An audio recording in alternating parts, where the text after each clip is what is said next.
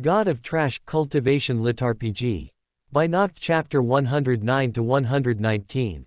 Tall stone walls blocked their path, with mages mounted atop them pointing powerful spells their direction.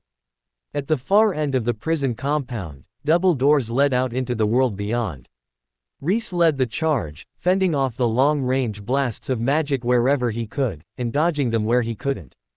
The other record mages joined him in defending the coreless, and swords flashed as they parried bright bolts of light.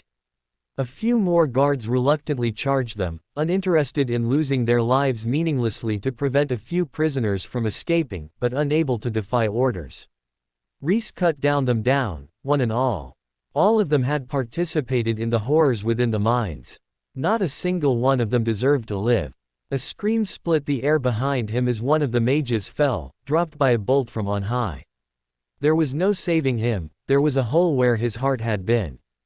Gesturing for the others to keep running, Rhys doubled back and rested his hand on the man's body and pulled out the impurities and filth within him, compressing them into a single knife. A bolt of magic closed in on him as his killer loosed another round. Rhys sidestepped, then flung the knife, using trash manipulation to send it far further than it should have been able to fly. It whistled through the air and stuck into the mage's neck.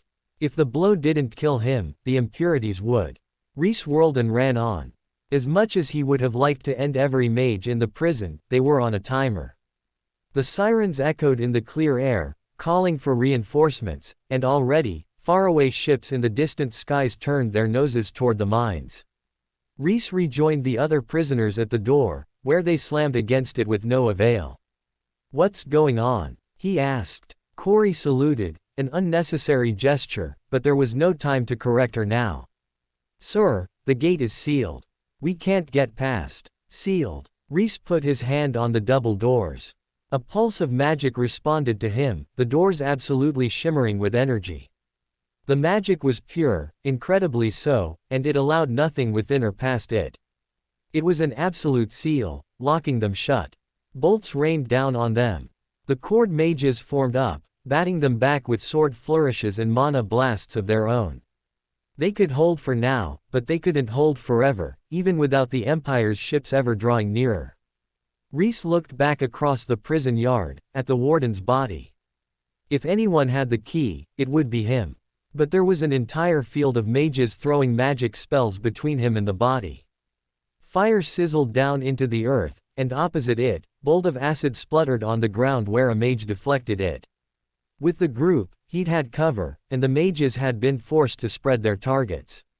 Alone, he wasn't so sure. "Everyone, give me your impurities," Rhys requested, holding out his hand. A few mages hesitated, but others reached out immediately. Every time a hand touched his, he absorbed all the impurities in their body. A few people screamed or pulled away, but they always put their hand right back in his. One after another, he formed black knives formed from impurities. He counted along the wall. 5, 10, 15, 16 dull knives sat in his hand. He stepped forward, breaking through the defensive line, and held his hand aloft. "Sir." The first 2 knives flew, slamming into the mages on the wall. They stumbled and fell, clutching their throats. He walked forward evenly, sending out the knives as he walked 2 at a time. Some tried to dodge. He simply waited, using trash manipulation to seek them out until his knife finally found their skin.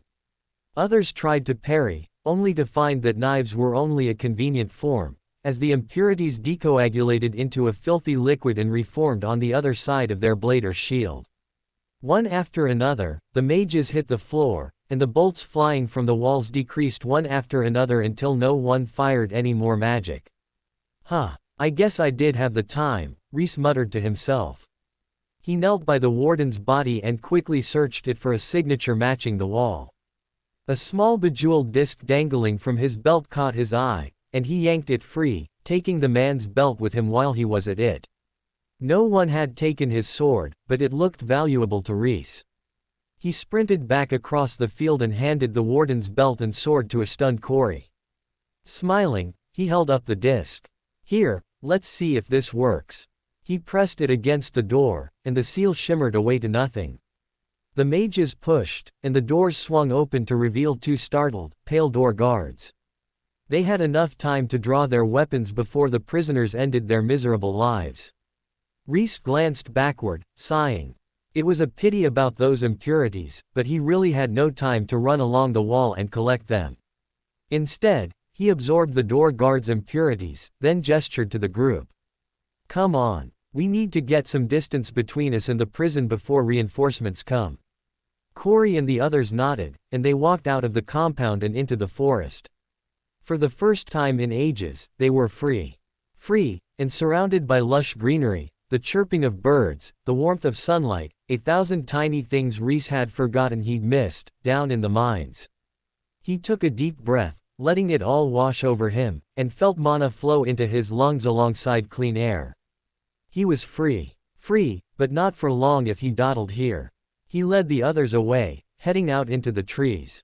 With his mage senses, Rhys could hear civilization nearby, but that was all the more information he had. He'd passed out after they'd removed his core, and come to in the mines. He had no idea where they were. They could be in the Empire, or just outside Purple Dawn Academy, and it would be all the same to him. Ultimately, it didn't matter. Either way, his goal was the same, and his location only changed his starting gambit but not his plan. Once they were far enough from the prison, he turned and addressed the prisoners. "If you want to live a peaceful life, leave now. No one will hold anything against you. I will not give you a core, because giving you a core within the Empire is the same as putting you back into a camp, but when all is said and done, if I still survive, I will make every effort to heal you, but it will have to wait until the Empire is undone. If you wish to fight, then come with me. I cannot guarantee you will survive, but I can guarantee that it will not be easy, and that the path ahead of us is painful. Still, no matter what, I intend to overthrow this tyrannical empire, or at least push it back, out of our lands. I ask that you make your choice now. Either way, I cannot guarantee your safety, but if I let you leave here with no core and knowledge of where we who oppose the empire intend to go, then that is the same as handing the empire our location. I'm sure you understand." The prisoners looked amongst themselves. They considered, some talking to one another. A few turned and directly walked away, either defeated and dark-eyed, or holding the hand of another mage, those with nothing left to give, or with something left to lose. In the end, about 12 remained, less than half of those who had followed them out. Of the original 10, only 8 had survived their escape. 4 others had stepped forward from the rest of the prisoners, those who had battle scars and the will to fight burning in their eyes, or a dark, fathomless vengeance reeking from their every move. Rhys nodded in approval. "Welcome. Our counterattack begins now. Once we're somewhere safe, I'll see to it that everyone I can give a core to, receives a core, but for now, we need to keep moving." Based on the number of guards he'd absorbed, he should be able to give cores to most of them, but who knew? Maybe there would be more guards along the way. He led them toward the sounds of civilization, sure of 2 things.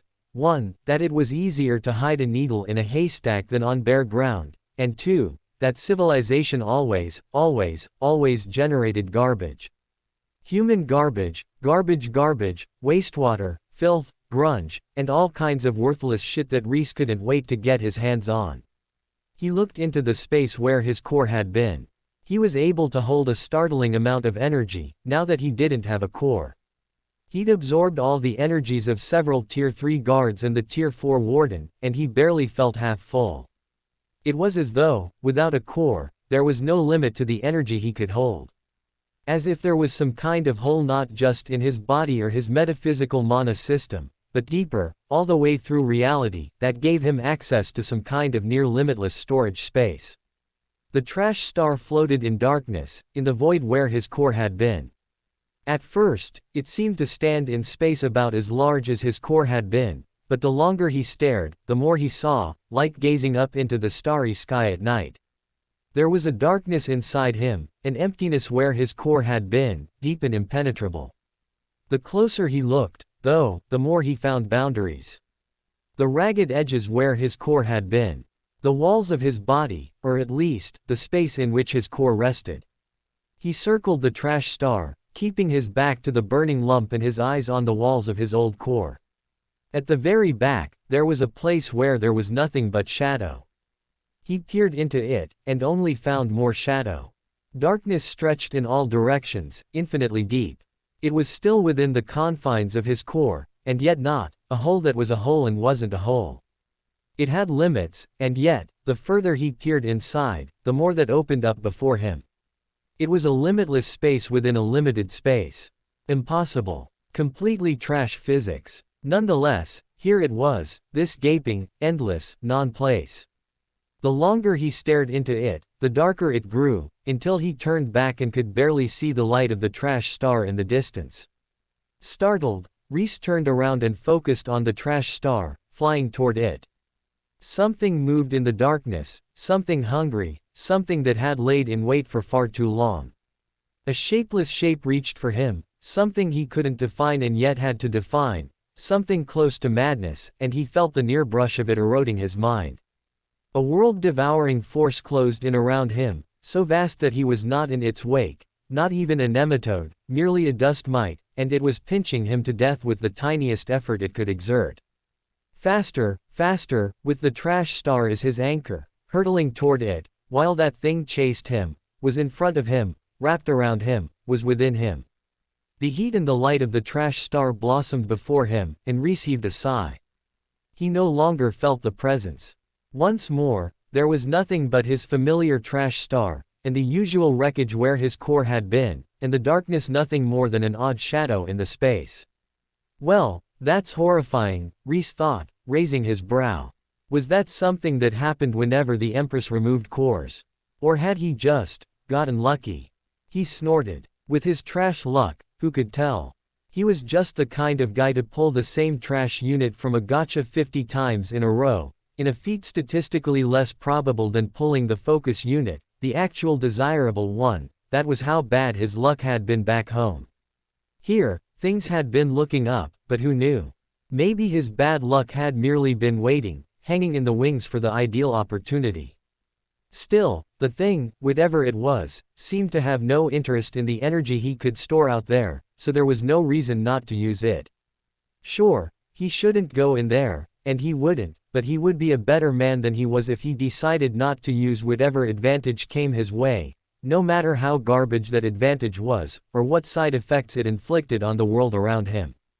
Until he'd extended his consciousness into that hole, nothing had bothered with it, and now that he'd removed his consciousness from it, nothing chased him out of it. It was either uninterested, or couldn't be bothered.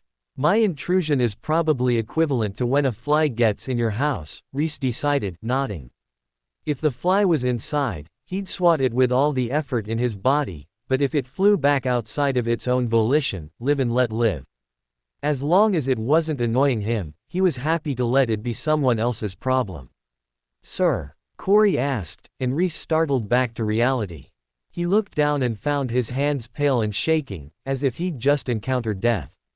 Probably because I did, he thought, chuckling under his breath. He waved her on. It's nothing. Let's press on. We should be there by evening, at this pace. Sir. Expression resolute, Corey marched after him. As it turned out, the sun was low in the sky, but not yet setting, when they reached their destination, the time somewhere between afternoon and evening. They smelled it well before they reached it, even the coreless mages, noses wrinkling in disgust. Rhys breathed deep, sucking down the sweet airborne impurities that came with it. This was going to be a gold mine, for sure. Filthy water flowed down the barren land where once a burbling brook had flowed. A heap appeared through the trees, a massive, flat field, covered in piles and piles of garbage. Beyond it, a glittering city stood, the Empire's hastily built outpost rapidly exploding as mortals and mages alike conceded to the Empress's rule and made their homes near the seat of her power. Rhys didn't hold it against them. It was trashy behavior, but people had to act like trash to survive in desperate situations, and someone local might as well benefit from the invasion. Better than all the money going back to the Empire's citizens and leaving this region totally bereft of economy in its inevitable wake, when the Empire either moved on, or someone finally forced them out of the region and back to their shitty dystopian home country. He preferred the second, and he intended to make his own progress toward that goal, but if someone else came by and overthrew the Empress, he wasn't going to complain. He'd happily celebrate on the back of someone else's effort like the garbage human he was. But until then, as far as he knew, it was up to him. Rhys pushed through the forest and reached the edge of the trash pile, taking a moment to really take it in. It towered overhead. The Empire must have built on top of an old city, because there was old trash in the heart of the pit, but the massive heap of trash atop it was brand new, overflowing with mana, and ripe for the plucking. So Rhys knelt down, and drew in only the most garbage of the garbage pile, the old trash in the center of the pile that had accumulated from the mortal city and had almost no mana in it. It didn't matter, so much, how much mana the trash had, or rather, better said, the mana in the trash was a bonus. Right now, the primary property Rhys was concerned with was mass, to keep the trash star ignited. Quantity over quality, though quality was always nice to have. The pile hollowed. It wasn't easily visible from the outside, but the center of the pile opened up. The trash overhead groaned, wanting to collapse in, but before it could, Rhys gripped it with his mana. 1 piece, 2, 3, his nose bled, and Rhys dropped the attempt. It wasn't possible. He couldn't see each piece of trash as itself an attempt to hold it. He didn't have enough mana, not even after the prison breakout. But who said he needed to sense each piece of trash? Why not treat it like the garbage it was, like the background scribbles in a low-budget anime that were meant to represent trash? No animator ever wasted their time drawing out each trash object when it was so much easier to just scribble a brown lump and move on. Looking at the pile, Rhys unfocused his eyes, hypnotizing himself. It wasn't many pieces of trash, but one giant piece of trash. This whole pit was nothing but one big piece of trash. One singular lump, that he could control alone. It wasn't 1,000 itty-bitty pieces, no. It was one big, shapeless hunk, and there was no reason to consider it as anything else. Just one, enormous, slop, one big scribble. The weight of the pile landed on Rhys's metaphorical shoulders. He grunted, bracing himself as the full heft hit him. The trash star trembled, but held, under yet more immense forces within itself. He didn't want to hold it for too long, but instead, gripped it all with trash enchanting and fused it all in place. His mana zipped over the pile. Wherever there was metal, it coursed through them, adding heat until they melted together. Wherever there was cloth, it knitted around its neighbor. Wherever there was wood, it took form and braced the trash beside it. On and on, until at last, Rhys released the pile, and it remained in place despite its hollow core, externally identical to how it had been to begin. Blake stared. What was that for? Our base, Rhys said matter-of-factly, and walked toward the pile. A half of a table, slapped crookedly at the edge, served as the door from the way he'd carved the trash, and he'd pulled it open and crawled inside. Blake pinched his nose. He grimaced. He can't be serious. Corey walked past him, following Rhys into the trash. As she passed, he caught her arm. You aren't following him, are you? She looked over her shoulder at him, then at the others, some of whom hesitated as well. Where else would the Empire overlook so thoroughly? Where else can any of you say would be as good of a hiding spot? We could take up an office in the city, spick and span, but we would be found. We could hide in the woods, but our mana signatures would give us away, and it's not as if we can claim to be a group of hermits, when all mages are the empresses, or nothing. If you're hesitating, then go, but if you aren't willing to crawl through this much filth, then you don't have what it takes to take down the Empress. At that, at last, Blake's eyes widened. It's a test. I understand. Thank you, Corey. I was too blind to see the mountain before my eyes. Corey gave him a small, knowing smile and a nod, and crawled after Rhys.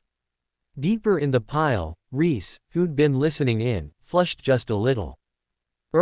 It wasn't a test, though. He'd just thought it was a good hiding spot.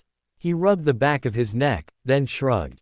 It wasn't like everyone could understand the immensity of trash, after all, and Corey was completely right about his reasoning for making this his hiding spot. Not to mention that he also got an instant power boost if the Empress found his hiding spot, and he was forced to burn this hiding spot and go all out in battle. The hideout was literally built of his fuel, after all. It was like putting a pyromancer in a wooden house, except he wouldn't harm himself by burning it all down. He only had to crawl for a little further over the earth before he found more of the old trash. Rhys absorbed it, hollowing out the inside of the shell of a trash heap he'd created. He climbed to his knees, then his feet. Little rays of sunshine shone through the chinks overhead where the trash didn't fit perfectly together, and the breeze blew freely through the newly hollowed space. It wasn't a perfect shelter, but it would do for now. They could always fix up the holes later. The others joined him within, staring around at the trash shell overhead in amazement. Rhys gestured them forward. There was no time to waste. Anyone who doesn't have a core, line up over here. Those who do, line up over there. I'll be taking the impurities from those who do have cores, and giving those who don't have cores new cores. You don't have to enter the other line after you receive your core, he added quickly, as one of the recruits raised her hand, since now that I have time, I can take your impurities and give you a core all at once. After everyone is equipped, we'll talk strategy. I suspect we'll mostly be investigating and infiltrating for now, but I welcome any ideas from any of you. Corey frowned, deep concern showing on her face. At last, she spoke. What about you, sir? Where do the impurities go once you have them? Rhys. My name is Rhys. And don't worry about that. Trade secret. He winked, but she still didn't look reassured. Huh. That always worked in my superhero movies, when the hero just said something snarky and winked. He dropped the silly attitude and smiled at her. I really do mean it. Don't worry. Impurities only make me stronger. I know it sounds insane, but it really is true. She still looked unconvinced. Come on. I went the Mary Sue earnest and trusting route, and you still don't believe me. Rhys racked his brain, trying to come up with a way to convince her without giving too much away. It wasn't that he didn't trust these people, but he had barely met them, he had no reason to trust or distrust them.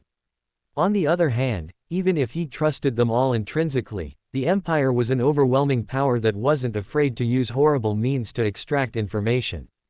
Torture, death, even magical torture techniques that trapped the mind in an endless illusion of pain, everything was on the table. He couldn't simply give out information about his path now, when the Empire might do anything to twist it out of them later. Of course, he had already told some members of the Empire what his path was to their faces, but that was different. No one would believe him if he said his path was trash, but if someone else said his path was trash, that was totally different, and way more believable. He didn't really get it, but it was an intrinsic feature of human psychology. Just like how if someone told him the ice cream they made was good, he wouldn't believe them, but if someone else told him the ice cream that person made was good, well, now that was worth checking out. The news of his path would sound far more legitimate out of anyone else's mouth, so he couldn't simply let it get around. He thought for a few more seconds, then snapped his fingers. Do you remember those knives I threw? She nodded, slowly. They were made of impurities. I use your impurities to make knives like that. They're highly effective, even on high-tier enemies. I'd share them, but they're difficult to wield. If you aren't highly skilled at the right technique, you'll end up giving yourself impurities as much as the target. But even so, they're highly valuable weapons for me, and they let me fight over my tier. Corey's eyes widened. Her head bobbed up and down. I understand now. I apologize for drawing out information on your secret technique. She turned and glared at the other mages. We heard nothing. Not a thing, Blake vowed. The other mages shook their heads as well, resolute expressions on their faces. Rhys raised his eyebrows. It's not a secret technique, whatever. It wasn't as if information on that particular technique was valuable, since there was almost no way to keep him from using it even if the opponent knew how it functioned, but if they were going to treat it as a secret, he wasn't going to stop them. It was always better to have two aces up your sleeve than one.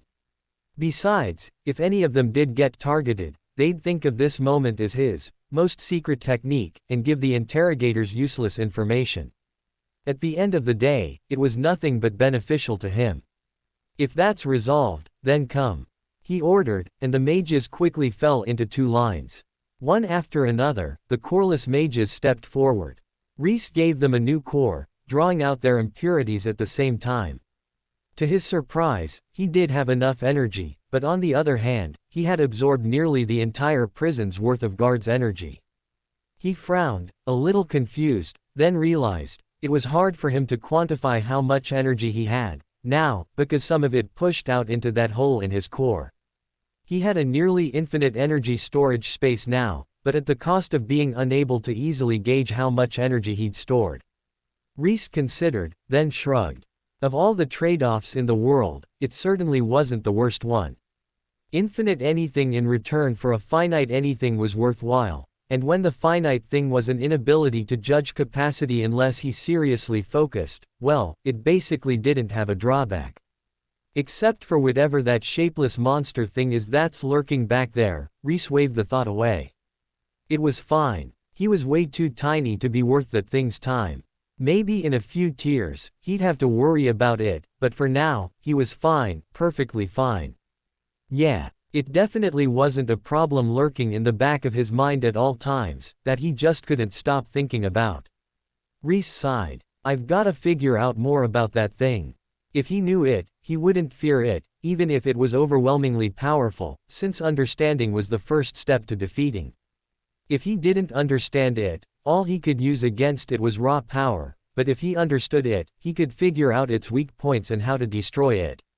There was nothing for it. He'd have to find a library and hopefully, a particular library cat. But first, he looked at his newly assembled mages and smiled. Anyone have any grand strategies? Welcome to Fanfic Audiobook, your go-to place for immersive audiobooks. If you enjoy the content, don't forget to like the video and subscribe to our channel for more amazing stories. And support the author by link in description. The mages looked amongst one another. At last, Corey stepped forward. We await your orders, Rhys. Rhys nodded, deeply pleased. Nothing quite like basking in the real-life playout of a trashy trope, the overly servile underling who struggled not to call the main character, sir. Not that he had main character energy, no, that was Bast, but even so, what a nice feeling.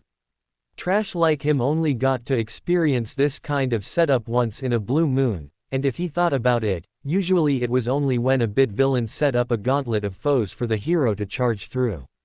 He pinched his chin, considering, then nodded. If that was so, then so be it. He'd be the Empress's bit villain. Every little thing that forced her and her army to focus just a little more energy on keeping the peace, that forced her to expend resources on keeping land she'd already taken, was a little thing in favor of casting her off. He didn't expect to personally take down the Empress himself, when he was trash, but he was quite happy being one of those people, when the heroes stood up and gave their speech, and said, and everyone else who contributed, every little thing helped, and know that despite the fact that the heroes never knew he existed and would never know, nonetheless, it was him they meant when they said that was enough for him. In other words, he wasn't mounting an insurgency, or anything like that, though it'd be a sad insurgency with some 10-odd people. No, his goal was to be a thorn in the Empress's side, to prickle her insistently and irritate her until she could focus on nothing else, to the detriment of her actual goals. He realized that casting himself as the mosquito meant he was likely to get slapped, but that was fine. What were his other options? To throw himself under somebody. That wasn't his attitude. He liked his freedom, and though an actual army might be a better effort in the end, he wasn't suited to regimented military training, or regimented military work. Besides, he was doing this to retain his personal freedom. If he threw away his personal freedom to take on the Empress, all he'd done was give up on his ideals in order to fight someone he disliked, and he could never get behind that kind of thinking. He'd throw away his ideals, sure, but perhaps freedom was the one he couldn't let go. The hope at the bottom of Pandora's box. Running, he'd already thrown away. He wasn't going to run. This was a battle that must be fought, not fled from, because to flee it meant to abandon all hope of a different future. If the Alliance was retreating to fight another day, then that was fine, but there had been 3 years of another days by now. He couldn't rely on anyone else to fight his battles for him. If he was going to stand up and hold his ground, then he did it now or never. Rhys lifted his head at last, his mind made up. He looked at the mages before him. Just to confirm, but are you all ready to give up your lives in our quest? I can't guarantee any of you will make it out alive. No, in fact, it's very likely that, by this time next year, there won't be 2 of us left to return to this space. Some of the mages glanced at one another at that, murmuring amongst themselves. Rhys steeled himself. They might be less a mosquito, and more a single flea. Still, he pressed on, because this was the difference between him and the Empress, free will. If you want to flee, if you would prefer to take your chances and run back to the Alliance, I'll have to take the core I gave you back, but I won't hold anything against you. This is your last chance. If you don't say no here, then consider yourself dead, already given to the cause. Corey stepped forward first. To run is to surrender, and I will never again surrender to the Empire. Blake stepped forward next. No matter what filth we have to crawl through, I'm at your side. One after another, the other mages stepped forward, resolve shining on each face, and Rhys realized that he'd been foolish. They already knew what he was asking them, and they had already decided to fight to the death, if need be. It would be rude of him to keep asking. No, even asking this much had already been rude. He bowed, understanding. Then let me lay forth our strategy. His plan was simple. Everyone focused on regaining their strength, whatever shape that strength had taken. Whatever they needed, Rhys would procure for them. He was pretty sure his strength didn't register to other mages unless he deliberately released his aura, since it was based on trash, and he no longer had a proper core, so he was the most mobile of all of them. They would focus on techniques to disguise and hide their auras. When every one of them had regained as much strength as they could, and could disguise their auras, then they would risk their first attacks, ambushes, as though by bandits. Not everyone knew aura hide or disguise techniques, although apparently they were relatively common among mages, especially higher tier ones. Those who were willing to share their techniques would teach the others, but Rhys knew himself how hard it could be to learn a technique that wasn't suited to you, like fireballs. Still, that amounted to one thing, at the end of the day. Rhys needed to visit a library. The rest of the day was spent meditating, for the other mages. As for Rhys, he spent it coercing some old trashed robes into a new piece of clothing. His hair, which had been ragged and filthy in the prison, he combed out with a broken comb and some trash and tent, then pulled back into a half-up, half-down style popular with men in this region. It wasn't as good as dyeing or cutting it, or better yet, a wig, but on the other hand, the Empress and her cronies had only seen him with his hair in a ponytail, so hopefully this was enough to slide past. Not that he expected anyone to remember him, save a single white-haired soldier apprentice. And what was the chance he'd run into him on his first day back in civilization? Rather than smearing his face, he headed out to the river they'd passed in the forest to wash off all the gunk from being a prisoner, and get the trash funk out of his new clothes in one, though of course he drew in the impurities first. From the filth, a cleaner him emerged. He stretched, dressed, and as the sun rose over the horizon, set off into the forest, rounding the city to come at it from the opposite side from the prison. He encountered a road after some time and walked along it, joining the merchants, pilgrims, and other wanderers on the road this early. To his surprise, some of the merchants had mana signatures. Thinking about it, it only made sense. The army needed suppliers, and the suppliers would have to acquire and guard magical supplies, which meant fighting beasts. From his limited readings of Az's holdings, beasts usually guarded any kind of magical resource, if beasts themselves were not the magical resource, and fending off bandits, and especially out here this far on the border, they couldn't have squashed every magic-wielding bandit. Plus, the merchants would have to keep up with the front lines to supply logistics support to the army. Well, merchants at that level were probably considered part of her military, but nonetheless, someone had to acquire the raw materials, and it seemed the Empress had been forced to acknowledge reality there and realize that she required specialists with mana who knew where and how to harvest magical goods, who didn't necessarily have the ability or desire to join the military. And besides, forcing every merchant to abide by military regimens would leave big gaps in the army's logistics. Whenever X-merchant who was the only one who knew how to find item Y had to go participate in the battle and left the entire army without item Y. He felt a bit disappointed at the discovery. His group's attacks would be less laughably easy, but on the other hand, it presented opportunities.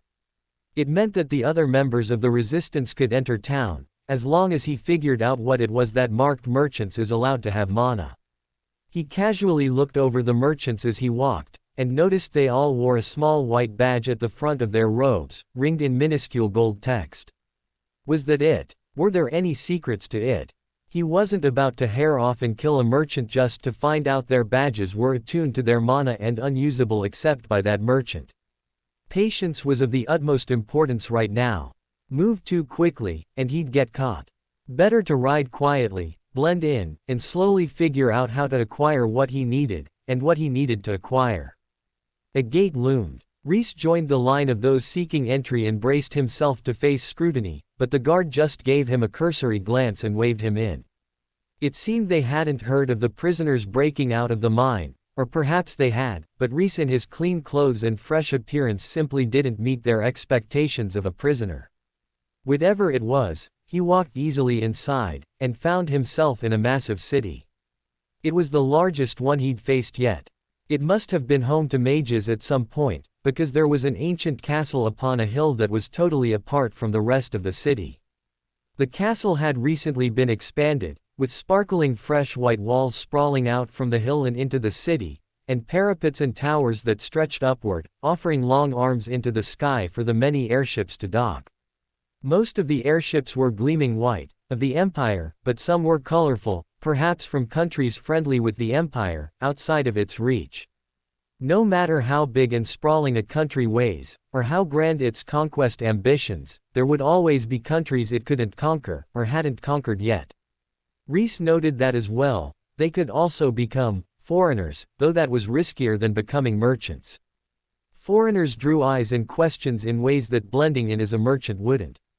Away from the castle and its impressive multi-level airship dock, houses stretched in all directions, some of them grand, others simply large, barracks more than houses, and most of them, the largest quantity, low and squalorous, barely a step above slums, only a step above slums because there were actual slums beyond their borders. The walls separated the low-rank houses from the true slums, with the slums open to whatever lurked beyond the walls. He looked upward, toward the finer houses. If there was a library, it would be up there.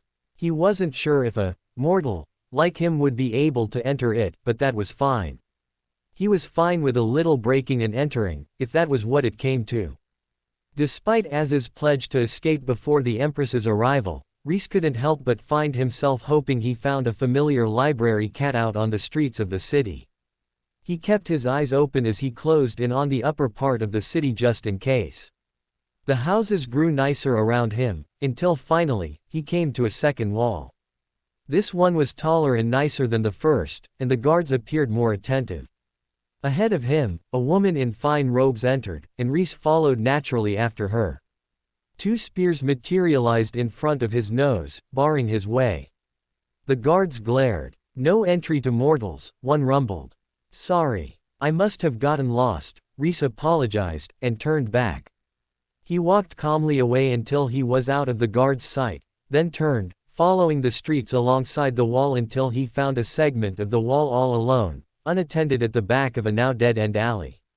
He eyed it, reaching out a hand to sense it. As expected, there was a barrier that would not only prevent his entry, but, if the way it pulsed was any indication, also alert the guards when he tried in the air over the wall. There's more than one way past a barrier. Rhys knelt, examining the ground. As he pressed his hand to the earth, a soft cough sounded out from behind him. Rhys startled and whirled, only to find no one there. On guard, he looked left and right, searching for the source of the sound. He didn't want to extend his aura here, in the city, so looking was the limit of what he could do, and he found nothing. Another cough. He looked around again, and finally found the source of it. His eyes widened. You. Rhys stared. Mouse. The gray-brown-haired girl adjusted her big round glasses and gave him a nervous smile, nodding. He looked her up and down, then realized he sensed mana from her. Instinctively, he jumped back, only to pause and squint. Mouse wasn't wearing a uniform. Sure, neither had the woman he'd seen enter the upper area, but he was sure the Empire had nobility and everything that came with it, and doubtless an intelligentsia and upper class, which that woman probably fit into somewhere. Mouse, on the other hand, was an enemy. She would have been recruited into the lowest cadre of soldiers, but instead, she stood before him, wearing the same filthy robes she'd worn back in Purple Dawn Academy. He shook his head, trying to shake off his shock. How'd you evade the Empire? Jay, just like how I did to you just now. They, overlooked me. It's like what you said, I just focused on being unseen and drawing power from that, and they never saw me. Everyone else got rounded up, but not me. She gave him a nervous glance, then looked down. This is the first time I've talked to someone since. Rhys rubbed the back of his head. This was suspicious, insanely suspicious, but on the other hand, he himself had vouched for Mouse's unseeable attributes, and neither had he seen her, at Tier 3, until she'd chosen to reveal herself. The ones looking for students had been no higher than Tier 3, and he could believe that some of the students had been overlooked in the rush to collect everyone, let alone the girl whose special attribute was being overlooked. Sure, they might have gone back and done a more complete second sweep, but by then, some of the students could have run, or hid, or, whatever Mouse did. He nodded at her, deciding to try her out. How'd you end up here? Without a word, Mouse turned and pointed. Rhys followed her finger. On the mountain looming over the town, from the direction he'd entered from, the remains of Purple Dawn Academy crumbled away. The once proud castle was shattered, and the walls laid in ruins. Already, the town that had been around it crumbled into the forest, overcome by new growth. That answers that. He shook his head. How have you survived so long here, all alone? I just stayed quiet and did nothing. Mouse glanced down, shuffling her feet. I felt so powerless, watching everyone else, but if I acted, they would have found me. This was the only way to save myself, hiding among the people, blending in like a nobody. Her voice was laden with guilt. No wonder. She was the only survivor of the academy, the sole escapee. Anyone would feel guilty from that, let alone someone as shy and introverted as Mouse. Rhys sighed deeply and ran his hair back. Trust her. No. If she's on our side, she's too valuable to ignore, he decided. He'd start by extending his trust just enough to test her. He wasn't leading her back to his hideout, but he'd test things out for a little longer. If she tried to betray him or give him away, he'd kill her and forget about this, but if she helped, if she showed her commitment, then there was no reason to keep her out of the group. In fact, she could be a massive asset, with how easily she could escape detection.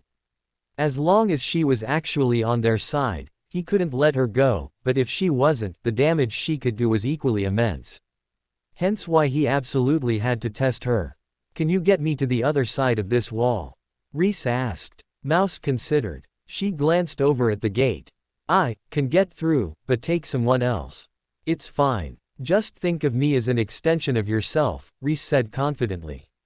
He didn't actually have that much confidence in her, but with her type, the more confidence he exuded, the better she would perform. Sure, he was deliberately pressuring her into high performance, but if he was right, she was the high-tension type of kind of person who'd respond well to a little pressure. As for his advice, to put it bluntly, it was bullshit. That wasn't the important part, though. The important part was to say something, anything, so that she would challenge her understanding of the situation and either take it to heart, or realize that what he was saying was bullshit, and self-criticize enough to figure out what she actually needed to do. Mouse blinked up at him. Will that work? Sure, Rhys said. Who knows? He prepared his very best smile for the guards. Usually, He could make the same mistake twice before anyone really started kicking up the effort to consider him deeply, but he had the feeling he'd really have to turn up the charm for these guards if Mouse did fail. On the other hand, this was exactly the test he needed.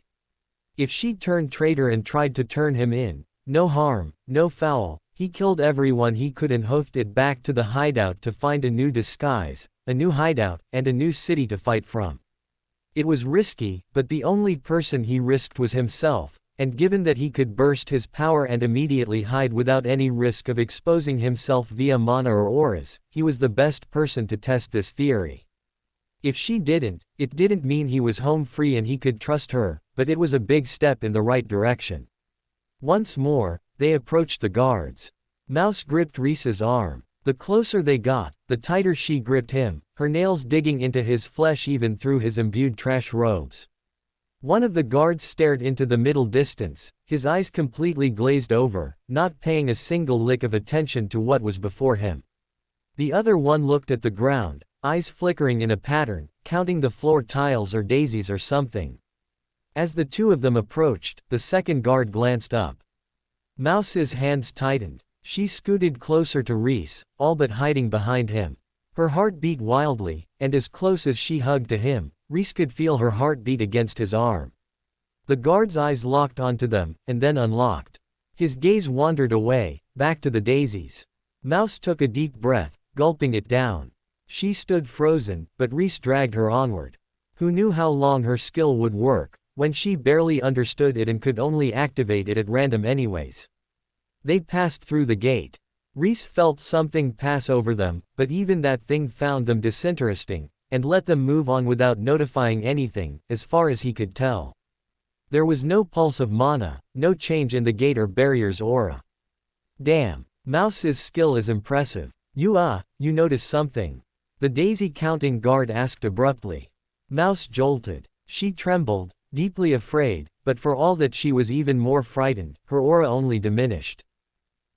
Nope. You seeing ghosts again? The other guard replied. The daisy counter wrinkled his nose. Shut up. They passed around the corner, and finally, Mouse gasped a relieved breath and released Rhys's arm. Sorry about that. I've never done two people before, and I wasn't sure. No, thank you, Mouse. That was amazing, Rhys said honestly. Erasing her own presence was one thing, but making the two of them almost invisible to the guards. That was incredible. He glanced at her. You've come a long way in the last 3 years. It might sound weird, but I thought about what you said a lot. About leaning into what works for me, even if it doesn't make sense to anyone else. At first, I had a lot of close calls, but, you were right. I think it might be, my path. And the more I, practice it, the better I get, not just at blending in and being overlooked, but at everything. Mouse glanced at him, looking for confirmation of some sort. Rhys nodded, a smile on his face. He patted her shoulder. That's what I was talking about. I'm glad to see you've come so far. The fact that she had a path, her path, reassured him almost as much as her successfully getting him past the guards had. Anyone who received a core from the Empress received the Empress's path as well. If Mouse was secretly on the Empress's side, then either the Empress had made an exception for one inoffensive, non-standout, wallflower of a mage who worked hard to be as unexceptional as possible, or Mouse wasn't on the Empress's side. Her loss. Rhys nodded at Mouse. Do you know where the library is? Do I know where the library is? Do I know? Mouse giggled and adjusted her glasses, and for a second, Rhys felt a spark of fear go through him, as someone so much less obsessed in the face of an immense obsession. Is this what it feels like when I go on about trash? He wondered. She laughed, a laugh that turned into a high-pitched wheeze, then nodded, turning normal again. Yeah, I know where the library is. Mouse did, in fact, know where the library was, but if she hadn't, Rhys was pretty sure he could have found it himself. It was immense, with a massive marble facade, and it was conveniently labeled at the top, Her Majesty the Empress, Library. Rhys snorted at the sight. The Empress moved fast, on typical dictator bullshit, anyways. Why did dictators love seeing their names on everything so much? Bunka useless narcissists, Rhys thought, shaking his head, and followed Mouse into the library. There was nothing barring them from entering, no check, no barrier, nothing. The wall and barrier on the exterior seemed to be the filter, and once they were inside, they were presumed to be mages, and therefore permitted into the library. Whatever nobility the Empire had, or maybe military mages out of uniform, or whatever it was, the fusty old lady librarian barely glanced up as the two of them entered. Rhys peered around, hopeful, but there was no sign of his favorite library cat. "What are you looking for?" Mouse whispered. "Techniques to hide one's aura. Like what you can do, but an inferior version that anyone can use. A skill, ideally, mediated through the system. If it was a skill, then it was accessible to anyone. Anyone could learn it, with enough effort, as long as their path didn't prohibit it, like him and fireballs." Mouse thought to herself, then nodded. She went to scurry off. "Wait, what about eldritch things?" Rhys asked. Mouse frowned. "What?" Rhys coughed. "Right. Why would they know that word here? Unknowable, immensely powerful beings outside the realm of ordinary human understanding or standard reality." "Oh, you mean the void. It's a myth. One theory of what lies beyond this world, beyond ascension." "Ascension?" Mouse nodded. She laughed a little, then leaned in. "There's an upper limit to magehood. Tier 1, 2, 3, eventually, you reach Tier 10, and that's it, officially, but according to the myths, that isn't it. Once mages get too powerful, they ascend. There's no record of anyone actually ascending. If ascents have happened, they haven't happened in the last 10,000 years of recorded history. Some people still believe in it, but it's mostly considered a myth. Those who believe think there's something beyond the immortal stage, a new world. After all, Tier 10, or immortal, is only immortal in name. The lifespan of an immortal is immense, but it is not truly endless. If there is such a thing as true immortality, it lies beyond this world, beyond ascension." Her eyes glittered with excitement, then dulled. She glanced down and shrugged. "But they're just myths. Fiction. Everyone told me to stop reading those old books and scrolls and focus on my studies." If that was the case, then there was a big scary hunk of fiction floating around in the darkness outside his core. Rhys nodded. "You look for those disguise and hiding techniques. Point me toward those myths." "Why?" Mouse asked. I mean, I get wanting to hide, of course I do, I'm me, but why do you want to know about a bunch of bedtime stories?" Against his own will, Rhys broke into a grin. Nothing better than a good piece of useless fiction. Mouse scurried off, and Rhys headed off to the second story of the library, toward where she'd indicated the void myths awaited him. He kept his head on a swivel, but remained disappointed. No library cats, tuxedo or otherwise. Rhys sighed. Az had said he'd leave before the Empire got here. The cat had no reason to go back on his word. Although the Empire clearly kept useful books, and a few useless myths, he'd seen repressive regimes in his world, and he wasn't shocked that the Empress burned Az's favorite smutty fictions, and likely many other books the librarian considered useful, especially when Az seemed like a one-of-each kind of guy, who kept even fake, truly trashy manuals that taught their users how to ruin their potential magehood, but nothing else. Every book was valuable to Az, not just the good, valuable, useful, moral ones. Even if a book ran counter to everything he knew and loved, he would still collect it and share it, if only to show the world an example of what not to do. It was an extreme attitude on Az's part, but, as a fellow obsessive, albeit one focused on a different topic, it was one Rhys could respect. Perhaps as expected for books that even Mouse deemed useless, the section on Ascension and the Void was made up of a handful of books. Rhys almost overlooked the entire section, that was how small it was. He picked up every book that even vaguely mentioned the topics, even though he could already sense that most of them would be bereft of information. All of the titles were cautionary, warning the waylaid mage from pursing the fairy tale of Ascension, laughing at the concept of the void as they worked hard to debunk it. Still, there was value to be found there. To debunk something, one had to explain what they debunked.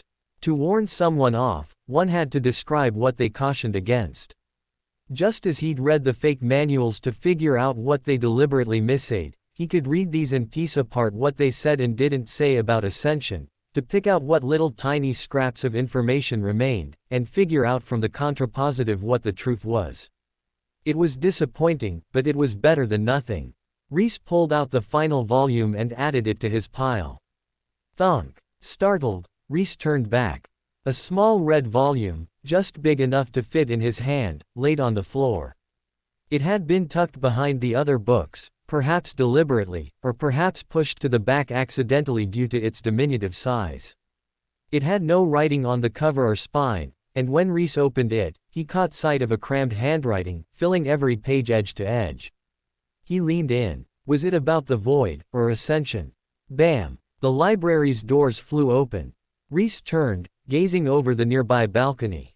A dozen mages in white uniforms strolled in, laughing and chatting, about Rhys or Mouse's age. At their rear, a powerful mage, at least tier 4, if not higher, walked inside, wearing a finer uniform with glittering epaulets and shining metals, gold braid lighting up the white. Interestingly, Rhys remembered the Empress's personal ship's guards wore only white, with no adornment or medals. This woman was powerful, but she seemed to be of a lower class of powerful than the ones the Empress truly trusted. A noble. For the first time, Rhys found himself wondering about the Empire's nobility. The Empress seemed dead set against it, but at the end of the day, it took time for mages to grow. Years. Decades. Centuries. Since she'd taken over, it had been centuries, but how many people could ascend to tier 4 in that time, let alone higher? Bast, EV, and reluctantly, he had to admit, himself, were exceptions, considered talents among talents. Synog and his ilk were more common, where they would have spent a century to reach tier 3. The point was, even if the Empress burned it all down and remade it anew, at the end of the day, she and her personal favorite talents among talents couldn't be everywhere, running every part of the country with an iron fist all at once. The nobles who had existed before her rule still existed after she took over. Sure, she had the ability to remove cores and replace them, but the existing noble mages would have not only their magical strength, but also their logistical strength, the stability of the place they historically had ruled over, and the strength of their internal alliances. If every mage in her empire over tier 4 or 5 resisted and fought back, as they almost certainly would if she threatened their personal magehoods and paths, she would still have her hands full fighting internal battles, if she could win at all.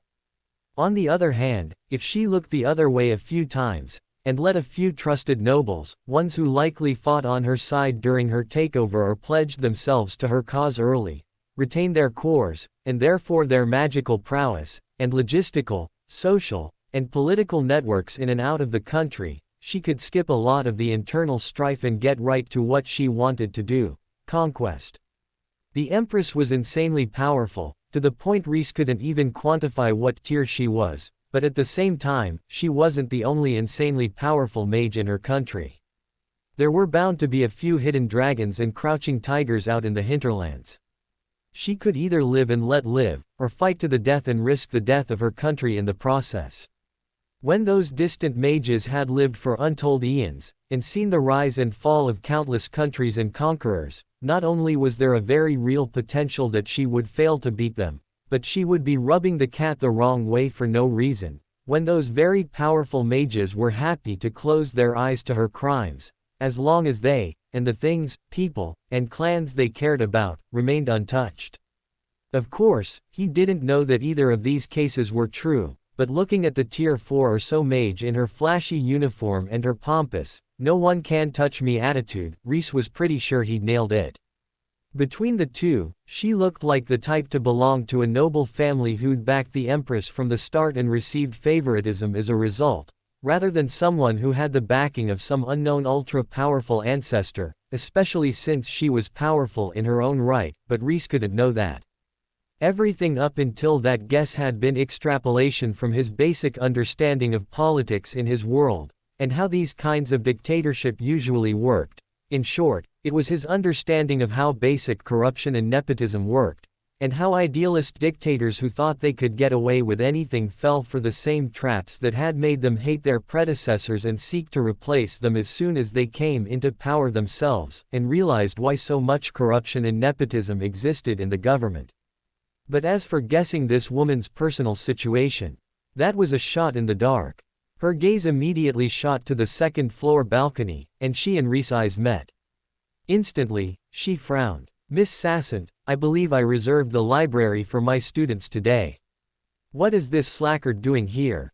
The librarian looked up. Rhys smiled and waved. "I'll see myself out." He turned and swept away, as if he had every right to be in the library.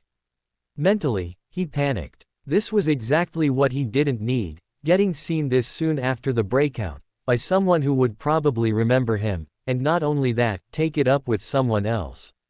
He mapped the quickest exit in his head, but he only knew the front door as a way out, which forced him to pass by the students and the teacher in close confines.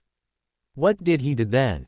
He was far enough away that unless the teacher scanned him, she wouldn't necessarily notice that he lacked an aura, but that close, he'd need to project an aura, since it would be more suspicious to lack one, but if she remembered it, and later sensed him again, it was a mess. Stop panicking. It's fine. There was no way that Mage knew his signature.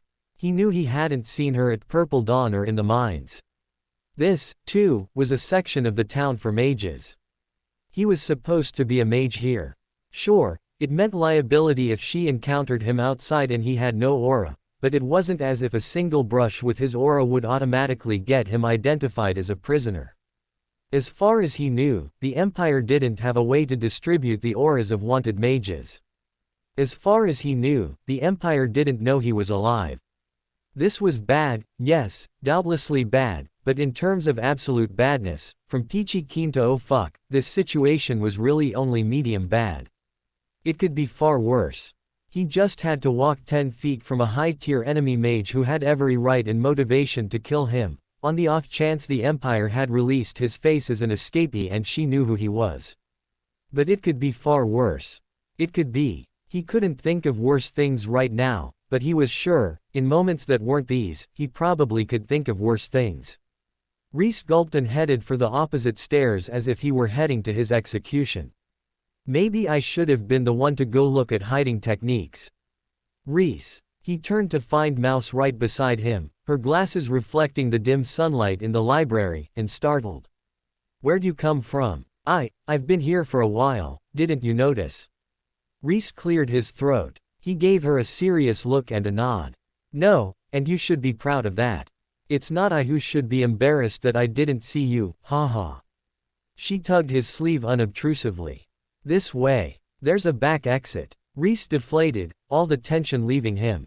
"Thank the gods. Thank you, Mouse. Please." She nodded and led the way, keeping a hold on his sleeve so he wouldn't lose track of her again.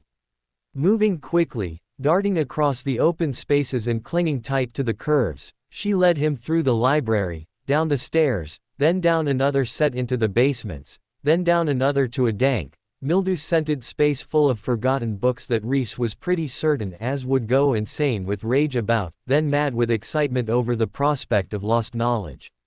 Even he was a little curious, but now wasn't the time. Mouse tugged his sleeve again, and he followed her once more, twisting and twining through the innards of the library that Mouse seemed to know like the back of her hand. "Spend a lot of time here?" Rhys asked. Mouse glanced at him, then bobbed her head in a yes. "I've spent most of the last 3 years hiding in the library. I think there's depths of it that even the Empire doesn't know about." Rhys raised his brows. Oh, if that was the case, then wasn't it still possible a certain library cat could be somewhere in its bowels with them? "Say, Mouse, have you ever encountered? You're going to want to not breathe for this next part," she warned him, and bent, peeling back a rug to reveal a round metal pane set in the floor. She lifted it, and despite her warning not to breathe, the scent still hit Rhys like a bowling ball, the unmistakable, hideous musk of the sewers. It's the only way out that they won't be able to find you if they go searching," she said apologetically. Rhys rubbed his smarting eyes and swallowed his vomit, and began to smile. "Sewers, huh? Effluent. Excrement. The things humans pushed out of themselves were nothing but big old lumps of trash, if he thought about it. Hell, filth could be used as a synonym for trash, showing just how closely the two were related. If he absorbed all this, if he could absorb all this, how much more powerful would he get? Misunderstanding, Mouse trembled. It's really not that bad. And it's better than nothing. I guess if you're not that scared, there's a window that. Rhys lifted his hand. It's perfect, Mouse. Oh. Then, shall we? Still grinning, Rhys hopped out of the library and plunged into the sewage. The stench was worse than he could possibly have imagined. Even to someone who was used to trash, who spent all day scrambling over garbage pits, this was something else, another realm of disgusting olfactory experience entirely. He could feel it soaking into his pores and newly forged robes, and immediately knew that he wouldn't be free of the stink until he figured out how to fully absorb and process this reeking mess of filth. It was just that virulent, that unstoppable.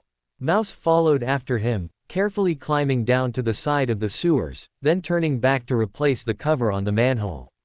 She turned and gasped, "Rhys, get out of the sewage. There's things in there that'll kill even mages."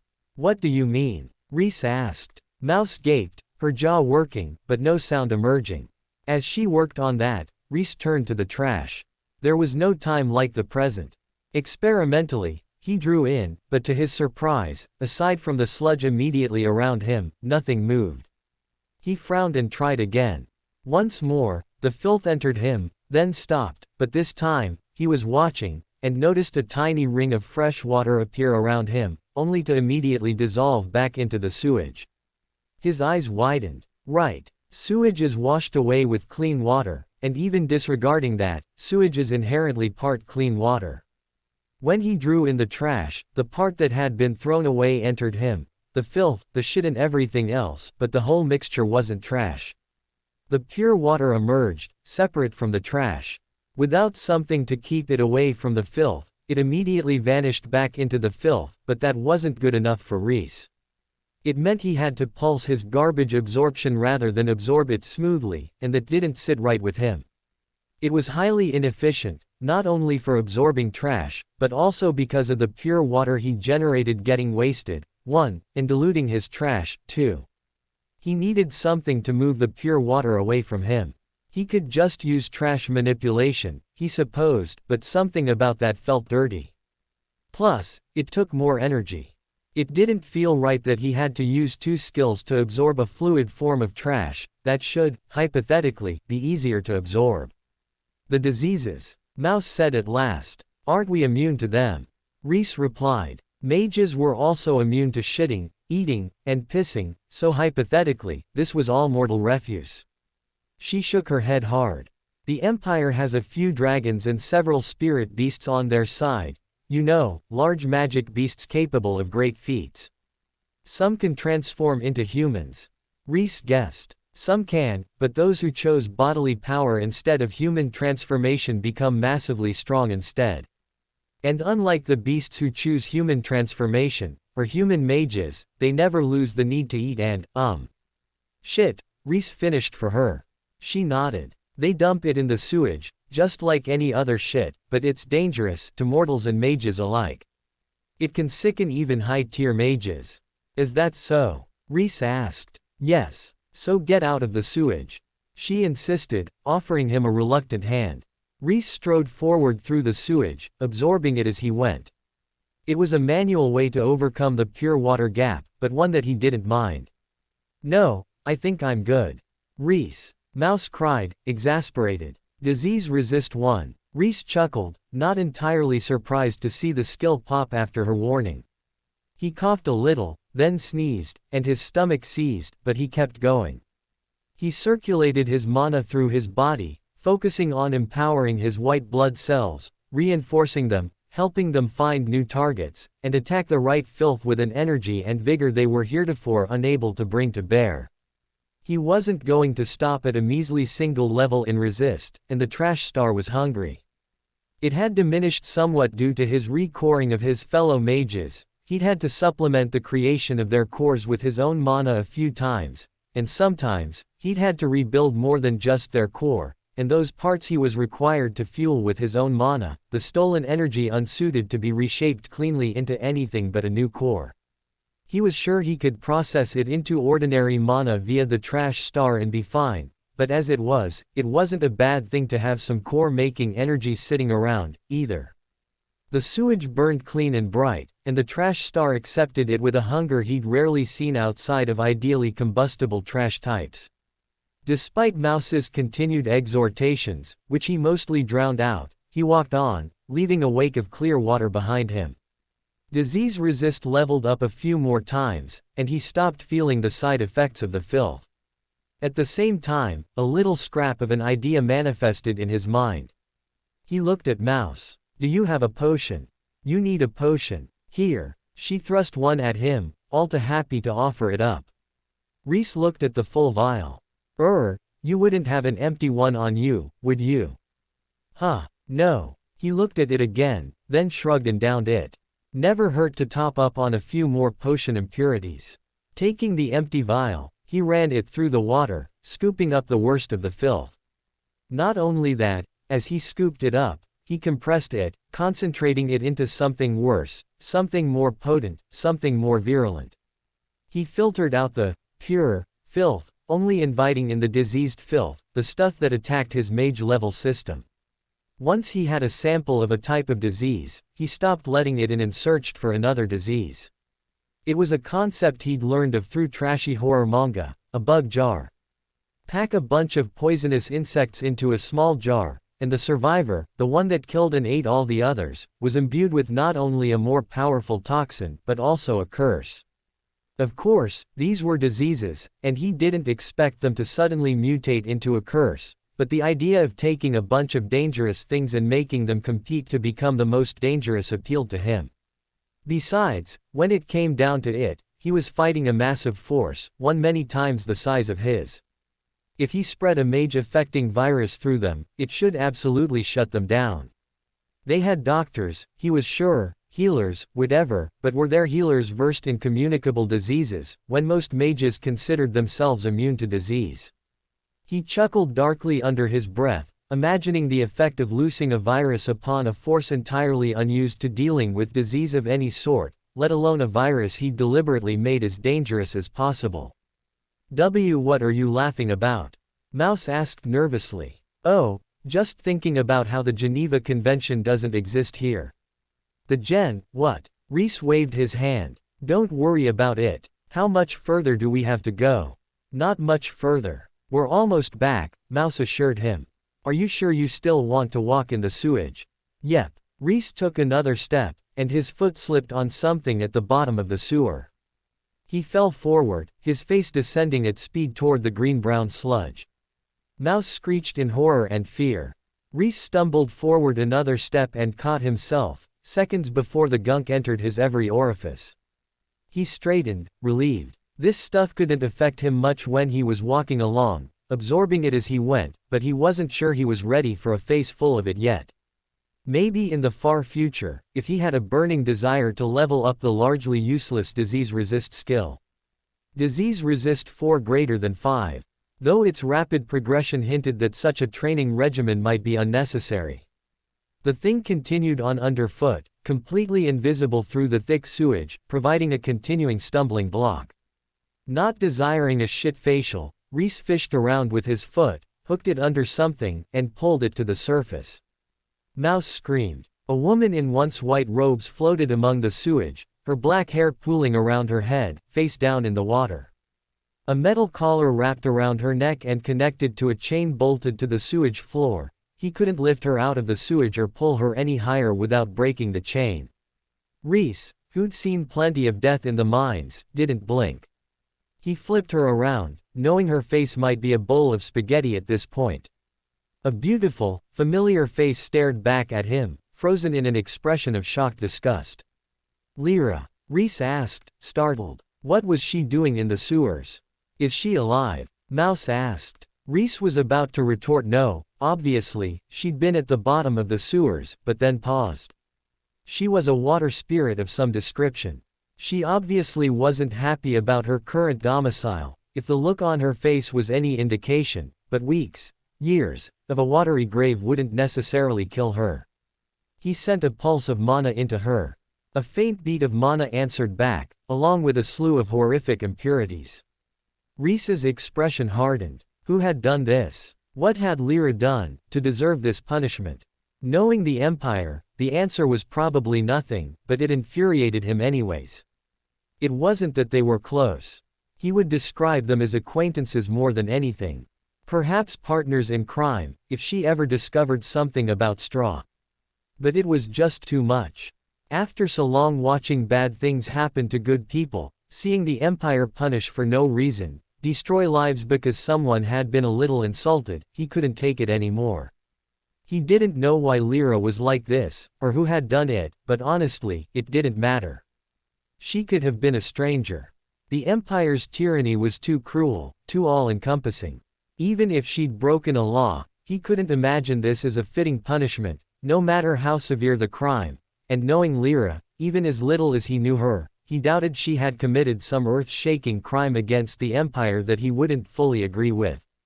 He gripped the chain in both hands and exerted his full Tier 3 strength on it, breaking it, then lifted Lyra out of the sewage and set her in the pure water behind him.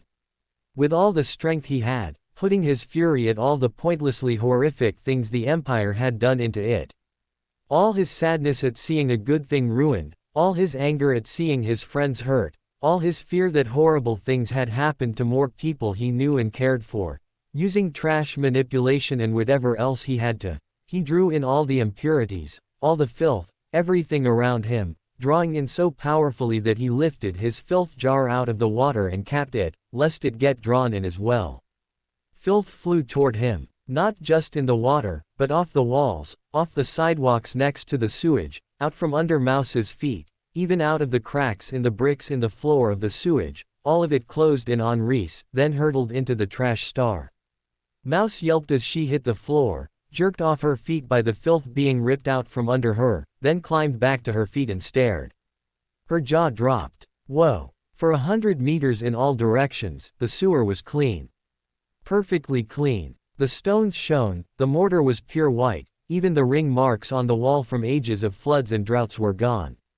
It was as though the sewer had been built a day ago, and left completely unused. The water was pure, so clean he could see his feet. The walls were clean. The ceiling sparkled. Even Lyra and her seemingly uncleanable robes had been restored to their original color, the pale water sprite once more pale and draped in white. The second a piece of filth entered the 100 meters, it instantly flew into Rhys. Nothing was allowed to dirty his radius of clean. Keeping that going, he turned to Lyra. He gripped her by her shoulders and pulled, yanking all the impurities into himself. There was no delicate way to do it, no way to make it hurt less. She was absolutely laden with filth, so completely corrupted that death was knocking at her doorstep. If he didn't do it now, and do it completely, she might die, and Rhys was unwilling to take that risk. Lyra screamed. She bucked against his grip, trying to pull free. Her whole body tightened, then contorted, thrashing about in the water, splashing it everywhere. Rhys grimaced, pained at hurting his friend, but he didn't let her go. Letting her go now would be to leave her in danger, still riddled with impurities, and he refused to do that. He would leave her perfect, better than she'd been before. The last of her impurities entered Rhys, and he let out a little oof. It was a lot. More impurities than he'd ever absorbed at once, and more dense and powerful, too. The trash star darkened, overwhelmed by the sudden influx of impurities and only kept alive by the recent infusion of shit. The impurities worked their way to the center of the star, where they belonged, and the star burst out with greater light than ever before, but Rhys barely noticed, even as his mana surged and his body rejuvenated. He focused on Lyra, as her eyes focused and she slowly blinked awake. "Hey there," he greeted her. She rubbed her eyes and blinked at him again. "What? Rhys? But you're dead." "Rumors of my death have been greatly exaggerated," Rhys said, immensely pleased to get to use that line. Lyra just blinked at him, lost. He cleared his throat. "I was sent to the mines after the Empress took my core. Long story short, I broke out, found you here, and fixed you up. How are you feeling?" Mouse leaned in as he explained himself, then looked greatly disappointed to hear, long story short. Lyra frowned. She looked around, then tested her limbs, flipping around in the water. I feel great. What did you do to me? Just absorbed all your impurities. Don't worry about it. I'm glad you're feeling better, though. What happened? How did you end up here? She sighed. Long story short, I pissed off the Empress. Rhys raised his brows. That's not a long story short kind of tale. Lyra nodded at him. Then you tell yours. It's not that interesting, Rhys said, waving his hand. It is, Mouse insisted, edging forward on the stone sidewalk alongside what had once been sewage. Rhys sighed. He glanced at Lyra, only to see a, I'm not telling until you tell first, expression on her face, so he spread his hands. It really isn't all that interesting, but I was stuck in the mines for 3 years. 3 years, Lyra repeated, startled. 3 years, he confirmed. That's how long you've been down here. Lyra twisted her nose in disgust, then nodded at him. Go on. Right, so. Rhys told his tale. He skimmed over some things, like the names of the people he'd broken out, or exactly what he'd done to regain his magic, since he wasn't sure of Mouse's allegiance, though he was rapidly leaning toward, on his side, but otherwise told the tale faithfully. The whole time, he kept the water clean for Lyra, refusing to let anything break his 100-meter perimeter. At last, he wrapped up his tale. And that's how we ended up in the sewers, and here we are. You've been busy, Lyra commented. Mouse nodded thoroughly, her whole body bobbing with the effort. Rhys scratched the back of his head, embarrassed to be praised, then laughed a bit. Compared to my 3 years of hard labor in the mines, it feels like I've been slacking off. Huh, Lyra muttered. So what happened to you? Rhys asked, gesturing at her. She took a deep breath. Oh, nothing much. Just, insulted the Empress and personally pissed off one of her best guard dogs. Rhys gave her a look. Lyra giggled, something that made Rhys's heart leap, that she was still able to find humor in things after everything she'd been through, and waved her hand. Gods, it's so good to talk to someone. I thought I would be down here forever. I thought I would die in the shit in the dark, and never see anyone ever again. Her voice trailed off, and her eyes dimmed. Lyra, what happened? Rhys reminded her, bringing her back to the moment. For all that she was in good spirits now, she clearly wasn't unscathed mentally. Who would be? He paused a moment, then quickly added, if it's too hard, you don't have to say. No, I want to say. I want someone else to hear the bullshit that happened to me, because I'm sick of being mad at it all alone in the dark. She straightened up, standing out of the water, and steeled herself, then began. It was right at the start, right when the Empress was rounding everyone up and scooping their cores out like coring an apple. I got caught, just like everyone else, but when she went to rip my core out, she couldn't find it. Spirits are built different from humans, and our cores reside somewhere else. She could probably irrecoverably damage my core if she wanted to, but she wanted to take it, and it frustrated her that she couldn't. So she threw you in the sewers? Rhys asked. Lyra flashed him an exasperated look, then sighed. That was probably enough, to be honest, but I was too stupid to let it lie, so I taunted her. One of her deputies stepped forward. A boy with white hair. Little flat ponytail, all neat and straight. Rhys asked. This time, Lyra just glared. Can I tell the story? Rhys put his hands up, then zipped his lips. No. It was a man with wild, bushy red hair that hung past his shoulders and a hook-shaped scar on his cheek. He offered to discipline me, and I mocked them both. Lyra stopped there. Rhys glanced left and right. His cheeks bulged. He tried not to say anything, tried his hardest, then couldn't hold back any longer and asked, what did you say? On the walkway, Mouse giggled. Rhys glared at her. Lyra laughed. I was teasing, just teasing. I might have implied that she and he were in a certain kind of punishing relationship, and he was submissive to her. Rhys's mouth turned into an, oh. You called her a dummy mommy. Mouse blinked. What's that? Lyra stared at Rhys in shock.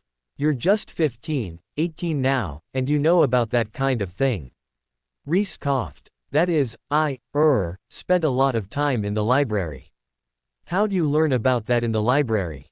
Lyra asked, even more shocked. You don't go to the library often, do you? Rhys guessed. She grimaced. They don't appreciate water sprites in the library, believe it or not.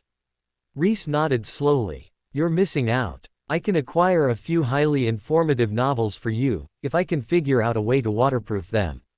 A lady might be interested in that, Lyra said coyly, raising her brows at Rhys.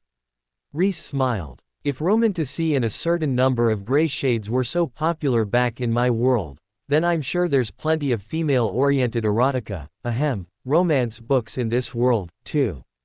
And if not, erotica has always been classified as trash literature. His smile turned wily, becoming more of a hungry grin. I don't like that grin, Lyra commented. That's probably fair, Rhys allowed. He cleared his throat. So you suggested that Mr. Bushy Hair liked getting stepped on, and the Empress didn't take kindly to that. To be honest, the Empress seemed mostly amused. About to kill me, sure, but amused about it. The man was the one who stepped in and offered to send me to a fate worse than death instead. Sounds like someone isn't confident in his sexuality, Rhys commented, shaking his head. It was better to confront one's inner desires and accept them sooner rather than later. Like how he was perfectly in tune with his desire to get stepped on, and wouldn't take offense to it at all. Mr. Bushy Hair should learn to accept his secret desires, rather than reject them. Or, on the other hand, if he knew he didn't like getting stepped on, then he should simply be able to laugh it off. This over-the-top defensiveness only made it more suspicious that maybe he didn't just want to be stepped on, but wanted something even more deranged instead. It was especially wild because Rhys was 99% sure the Empress would happily step on him if he asked. She just had those vibes, where even if she wasn't into stepping on people, she was at least enough of a dom to be down with debasing any random sub who wanted to receive pain and/or humiliation, those vibes. In other words, Mr. Bushy Hair had nothing to worry about with being accused of being a sub in her presence, unless he was masking, and desperately didn't want her to notice that he was a soft subby boy. Honestly, it sounded like a setup from one of his favorite filthy manga. Dominatrix CEO, female, discovers her underling is secretly a sub. Shocked face, my deputy is a massive M, but I'm an S. Long nights alone in the office. Anything could happen during overtime. Rhys coughed quickly, waving away the thoughts. Rage, let's go back to channeling rage at this guy. He was a scumbag who deserved Rhys's hatred, whether he was also amusingly an erotica trope at the same time or not. He knew some people would find him more despicable for being a highly probable masochist, but that didn't really change anything to him. It wasn't like someone's desire to be forced to their knees and called a naughty boy changed anything about how good or awful they were. Lyra laughed a little, then went flat-faced. It's kind of ridiculous, looking back on it, but it's the last 3 years, she shuddered, pulling her arms around herself. Instantly, he was back in rage mode. Lyra shouldn't be in this situation because of some man's misplaced pride. He was glad she'd escaped death as a result, but locking her in a filthy sewer, filling her with impurities to the point she would have had no hope of living an ordinary life again, let alone returning to magehood. That was insane. Absolutely over the line. If he saw this man, there was nothing that needed to be said, no questions that needed to be asked. He'd kill that man, preferably in some horrible, twisted method that he still hadn't thought up yet. Taking a deep breath, he forced down those emotions. Now wasn't the time. He could use that rage, but later. Right now, he needed to get Lyra somewhere safe. Come with me. I've got a place where you can rest and recuperate, Rhys offered. Rest and recuperate? Is that all? Lyra snarled, her own rage coming out in her voice. Rhys raised his brows. Never mind, maybe I don't need to come up with that horrible death for that guy. Sounds like Lyra has it under control. He glanced at Mouse, then took a deep breath. She'd helped him out enough, and once, even without prompting. He could trust her. He should trust her. He shook his head. No, not just rest and recuperate. Come on, I'll introduce you to the others. The others? Lyra tilted her head. I didn't break out alone. And none of us are ready to give up the fight. Gesturing for her to follow, Rhys started walking again. The circle of clean moved with him as he continued absorbing all the impurities around them. It was hard to maintain, but that was fine by him. It let him continue to train his impurity absorption, and draw in more and more impurities as he strengthened it. Plus, it kept Lyra safe from impurities, and Mouse, too, at that. Lyra blinked, then shrugged and followed after him. You know, I never got to tell you after the tournament, but I found a hint on him. Who? Rhys asked instinctively, then realized, Straw. He nodded. You'll have to tell me once we're somewhere quiet. I'm very quiet, Mouse muttered, mostly to herself. Lyra snorted, glancing at Mouse. She raised her chin and nodded. You should unbutton that blouse a little. You'd be a real looker with a little more cleavage. Mouse froze. Her whole face flushed red, and she shook her head in wordless silence. Lyra, don't tease Mouse. Not everyone wants to be as sexy as you, Rhys chided her gently. Lyra raised her brows. Me? Sexy? You know, this robe I'm wearing is absolutely conservative by water sprite standards. Rhys gave her a look, not sure if she was joking or not, but her expression was deadly serious. What's risque by water sprite standards? He asked, a little frightened to hear the answer. Probably full nudity, Lyra said casually. Mouse coughed, absolutely taken aback. Rhys raised his brows. Where do your friends hang out? Lyra laughed. Do you remember those myths you heard? What myths? Oh, Rhys added, as he abruptly remembered, myths about man-eating. Right. There's always a catch. She snorted. I'm glad it's you who found me, Rhys. What, for my sparkling personality? Rhys joked. Lyra nodded. It would have been easy to hate humans after that. Write you all off as a species. But you, in your own, trashy way, remind me there's something good in all that nonsense. Something worth laughing at least. Rhys chuckled. Better laughing at us, than trying to kill all of us, that's what I always say. On the edge of the sewer, Mouse nodded aggressively. Yeah, Lyra murmured, closing her eyes for a moment. Silence fell over the group. In the quiet, and the newly cleaned sewers, Rhys drew out his books, checking over what he'd picked up. A few books on the void, mostly propaganda, and then, at the bottom of the stack, a small red tome. Rhys blinked. Did I grab that one? He thought back. He'd been looking through the books on the shelf, then found it, then the door had slammed open, and... Did I just slip it onto the pile without thinking? But it was on the bottom, and it's so small. I would have had to specifically carried it this whole time, and I'm pretty sure I didn't do that. He stared at it for a few seconds, then shrugged to himself. He'd meant to grab it anyways, so it wasn't a bad thing. Still, he made a mental note that the book was probably dangerous, and should be treated with care, but at the same time, probably the most valuable book he'd grabbed today. If the void was so dangerous that it was written off as a myth, then who knew what kind of energy would be imbued in a text actually about the void? Only one way to find out. He headed through the sewers, aiming for his newfound secret base to find a cozy corner to read his books, and concoct a plan to overthrow the Empire.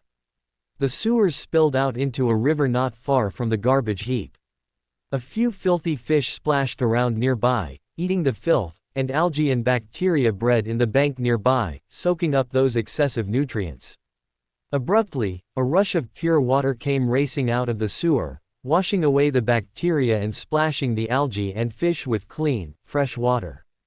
The fish jolted, reminded, for a moment, of what had once been, when the river ran clean and their world wasn't a grimy dark puddle, and then a half-dozen shoes plopped down into the mud, and they fled once more, escaping the big, frightening shadows. Rhys gestured. It's right up the hill there. Lyra leaned, peering ahead. Just past the garbage heap. After a manner of speaking, sure, Rhys allowed. It was inside the garbage heap, but that was a form of, just past, if you looked at it a certain way and squinted a little. Lyra gave him a distrusting look, but spun the bracelet on her hand, drawing her umbrella, and stepped out of the river. It was a short walk to the garbage heap, and a quick crawl inside. Rhys went first, only to find a half-dozen mages ringing the entrance, hands out. He lifted his. It's me. Who's with you? Corey challenged. Oh, some new recruits. Friends. You can trust them. Mouse, come on, he added, as the mousy girl shrank back in the tunnels. He turned back to the mages. One of them is a master of avoiding notice. She can help you guys learn how to hide yourselves. So she hid from the Empire, all this time? Corey asked doubtfully. Yes, I'll vouch for her. Mouse, come on. Rhys reached back and dragged her out. She hung limply in his grip until he stood her upright, and then she stood there, frozen, completely out of place as all the rescued mages drilled into her with their eyes. She helped me hide from the Empire a few times already. She's good. Corey gazed at Mouse with suspicion, but nodded. If you'll vouch for her, then I'll let it pass. And the other? The other spent the last 3 years at the bottom of a sewer, thanks to the Empress's dogs, Lyra said, crawling out of the tunnel and stretching to her full height, then unfurling her umbrella once more. Water poured down on her. If you want to doubt anything, at least do me the favor of not doubting my resolve to destroy the Empire. Corey sniffed. Absolute offense flashed over Lyra's face, but Corey nodded. She smells like it. I believe it. What? She does. I should have absorbed all the impurities from her, Rhys said. He stepped closer, scanning Lyra for impurities, but found nothing. His brows furrowed. Is Corey hallucinating the smell, then? Mouse coughed. I wasn't going to say something, but, yeah. She stinks. So would you. After 3 years at the bottom of a sewer, Lyra returned. Wait, guys. Wait. You're telling me absorbing all the impurities from someone, or something, doesn't necessarily remove the stink? Rhys asked, his world shattering from around him. How many times did he absorb his own impurities and assume he'd cleaned up? How many times had he taken impurities all absorbed, as clean and scent free? Have I stunk all this time? He lifted his arm and sniffed, but after his time in the sewers, he couldn't tell it all. I mean, you reduced it a lot. I barely noticed it, Mouse reassured him, adding at a mutter, in the sewers, anyways. Oh, thank you. I appreciate it, Lyra snarked, rolling her eyes. Sorry, Mouse mumbled, backing away. Rhys fell back, then pinched his chin, falling into thought. On one hand, he'd been stinking up the world without realizing it, which was a horrific reality. On the other hand, he was already used to that from his life as a barely leaves the room anime fan, so it wasn't like he'd never done it before. He was deeply sorry for failing Lyra, but he'd at least improved her living situation, so she shouldn't hold it against him too much. Still, for the scent to remain after the impurities left. He was missing something, clearly. But what? Corey lowered her weapon. He trusts them, and they check out. The other mages nodded and lowered their weapons as well. Mouse glanced around, then stepped forward and offered Corey the books she'd found. I can help. I don't know how much, but I can try. Corey nodded. She took the books and walked away, cold as could be. Mouse stared after her, then looked at the floor. Her glasses flashed as she retreated into herself. Rhys broke out of his thoughts. He hurried over and patted Mouse on the shoulder. Don't take it personally. They've all been through hell together. They don't know you yet, but they will. Just don't give up, and keep trying to help. Mouse looked at him, then nodded. She took a deep breath, and followed after Corey and the others. Rhys turned to Lyra. I'm sorry about the smell. I had no idea I was leaving it behind. I could try to take it off of you. She lifted her hand. Figure it out first, then try on me. I have no intention to be your experimental subject. As for the smell, it will wash out soon enough. Water amplifies scents, so although they might not notice the sewage smell sticking to you, they'll notice it on me. Yours will fade with time, mine will fade faster, with the help of this. She raised the umbrella. For now, though, let's speak of what's important. What's important? Oh, right. Rhys gestured her toward a far-flung corner of the hollowed-out garbage patch, away from the others. Corey noticed him going, and called out to one of the other mine escapees. The two of them initiated a very loud sparring match, giving Rhys and Lyra the privacy to speak alone. You mentioned you found something about straw. Rhys asked. Lyra nodded. She reached into her robes and drew out a single golden blade of hay. When everything was falling apart, I charged into the place I thought was most likely to hold him, Ernesto's lab, and I found this. Rhys leaned in, but he didn't have to. He could sense the powerful, and more importantly, familiar curse power pouring off it from where he stood. He nodded slowly. It was the opposite of surprising that there were scraps of straw in Ernesto's lab, but at the same time, the fact that there were scraps of him in there meant that he didn't just have to assume Ernesto had gotten his filthy hands on straw anymore, he knew it for certain. Not only that, but it revealed several other things, as well. For example, straw had to either be in incredibly bad shape or restrained in some severe way, or else he could have easily overpowered Ernesto.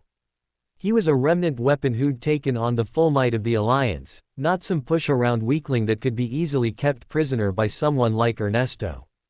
The curse power in the straw felt as strong as ever, so it was more likely that he was restrained than severely weakened. He'd expect the curse power in the straw to be weak if straw was weak. He could be wrong, but it seemed the most reasonable outcome to him. Did you get any further? Rhys asked, looking up at Lyra. She shook her head. The Empress, soldiers showed up before I could do much more. But now, let's go, Rhys said instantly. Mouse, come with us. Me? Mouse asked, startled. We'll need you if we run into the Empire, he explained. He didn't know an aura suppression or presence diminishing technique, and he didn't have time to learn one. Sure, he could spend a few weeks learning a technique, then head over to Purple Dawn, but this was Straw, his former teacher. Before he'd had information, there was nothing he could do but keep looking for information. Now that he did, he wanted to move as quickly as possible to help Straw. If Straw was in a Lyra-like situation, where he was in pain or danger every day, or he was so badly injured that it would take time to repair or heal him, then the sooner he could step in and remove him from that situation, the better. Straw would be an immense asset for the anti-Empire team, as a powerful remnant weapon with a near-infinite capacity to absorb curse energy, and a higher tier mage than anyone else on Rhys's side, so acting quickly to rescue him was not only what Rhys emotionally wanted to do, but also made a lot of rational sense. Plus, since Mouse could extend her no-notice field to cover at least one other person, there was no reason not to act now. In fact, they could even treat it as training for Mouse. All that assumed that there were even people guarding the ruins of Purple Dawn Academy. There was really no reason for the Empire to bother, but it could always be treated as penal duty, and they were close enough to the Empire's new city that it was a reasonable distance from a major settlement to make sense as penal duty. He also had it on excellent authority that a prison breakout had happened just a day or two ago, so the Empire was likely to be on high alert, and more likely to stake people nearby, or maybe pull back their penalized soldiers to base. He didn't know. He wasn't a military guy. The closest he'd gotten to the military was listening to the military nerds chat about a certain measuring-based science fiction minifigure game of 40 or so thousand, and he was pretty sure that wasn't an accurate representation of an actual military, not that he'd know.